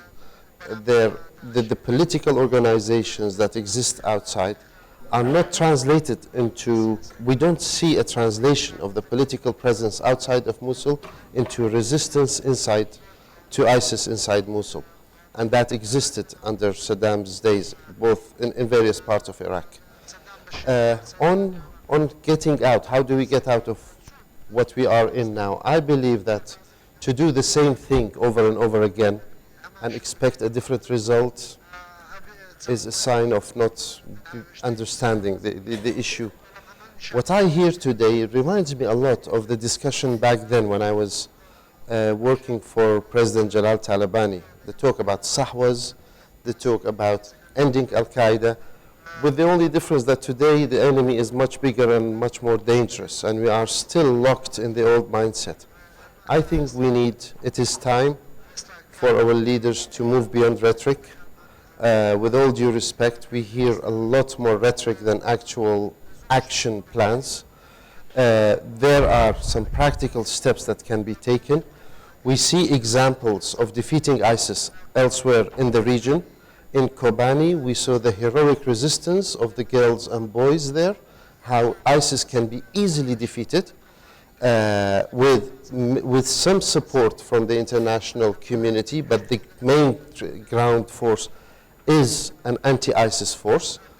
This is that. On the other hand, I believe that the our leaders should move beyond rhetoric and admit that Iraq is a failed state. Iraqi politics is dysfunctional politics. It is time to think about an alternative. I'm not advocating the partitioning of Iraq. I'm advocating for another political settlement of the current issues. Today we all talk about political reconciliation, national reconciliation. We've tried it in many forms. There is the elephant in the room in national reconciliation that is not being included. And this is the remnants, the true remnants of the former regime, not people who were with him and our faces, and today they are trying. They have to be on board. It is a clear reality that I think all of us have to accept that and reach a dialogue with them, reach a platform with them or an agreement to see how do we get the country, the people out of this current crisis. The way we are today, I think the next forum will also be about the borders of Daesh. It will not be about ending Daesh. We will not say last year we had Daesh. We will talk about the borders of Daesh across Iraq and Syria and post-Sykes-Picot Middle East, I think. This will be the next forum about it. Thank you. Thank you, Hiwa. Those predictions. Zaid? Okay, just very briefly. So this last exchange between the two of you, this spurs this one very quick comment, which is on the lack of resistance to ISIS. I can't speak about Mosul because I'm not very familiar with that city, but I am very familiar with Tikrit. And what I can say about Tikrit is that the absence of local resistance up until this month was because the entire local population had been wiped out. So it's very difficult to resist when there's no one left in the city. And those few people who Kobani was a local population. I also can't speak about the dynamics of Kobani. I don't know how they compare to Tikrit. But in Tikrit, those few people who did try to resist, namely the Jubur tribe in Alam, were totally wiped out off the map. And I don't know what it's like in Kobani or in Mosul, but in Tikrit, resisting ISIS isn't, my gun against yours. It's a very, very dangerous endeavor. And some people tried, and they suffered greatly as a result. And up until now, the city was totally empty. Right? So Mosul's different, I know. They have their own dynamics going on, and there are possibly very good explanations as to why there's not as good resistance as one could hope for. But in Tikrit, it's very clear what's happening. In any event, and going back to the broader question that you asked, which is whether or not Iraq's political class is properly motivated or committed to reform and reconciliation. What I would say is that I have no doubt that as individuals, Iraqi politicians are good people who are committed, right? I've known Dr. Salim for a very long time. I've known him for 10 years now. I know that he's a very good jurist, and I know that he's a hard worker, and I know that he's committed to helping people, and I'm sure it's the same for our other colleagues. But when I hear that the solutions to our problems lie in, well, we've got this new law that's in the pipeline, it's going to come out soon, and then there's this that's going to come out soon as well. That happened before 2010 too. We had a new BSA law, Board of Supreme Audit in Arabic, that's Diwan al-Qab al-Maliyya, a new law in relation to the BSA in 2009. There were small amendments here and there. Those didn't make any difference. It's, rearranging the deck chairs on the Titanic will not help the ship from sinking. We've got to look at a much broader picture, right? And to that extent, I agree with Hiwa's call, which is that looking at the details of our political framework is not the solution. What we need to do is reimagine the political framework altogether. I don't agree that we need to bring former elements of the Ba'ath Party back online. That's my personal opinion. But I do believe that there's a desperate need for a much broader reimagination of our political system, our constitutional system, whether that means rewriting the text completely, the constitution completely, or only parts of it, I don't know. But in any event, detailed reforms, punctual reforms are not going to help. Thank you, Zaid, and thank you, panel. We have to close now. I'm sorry we are a little bit late for lunch. You can follow our ushers down to the lunches, and we look forward to seeing you all after lunch for the Fertile Crescent in Turmoil panels. Thank you.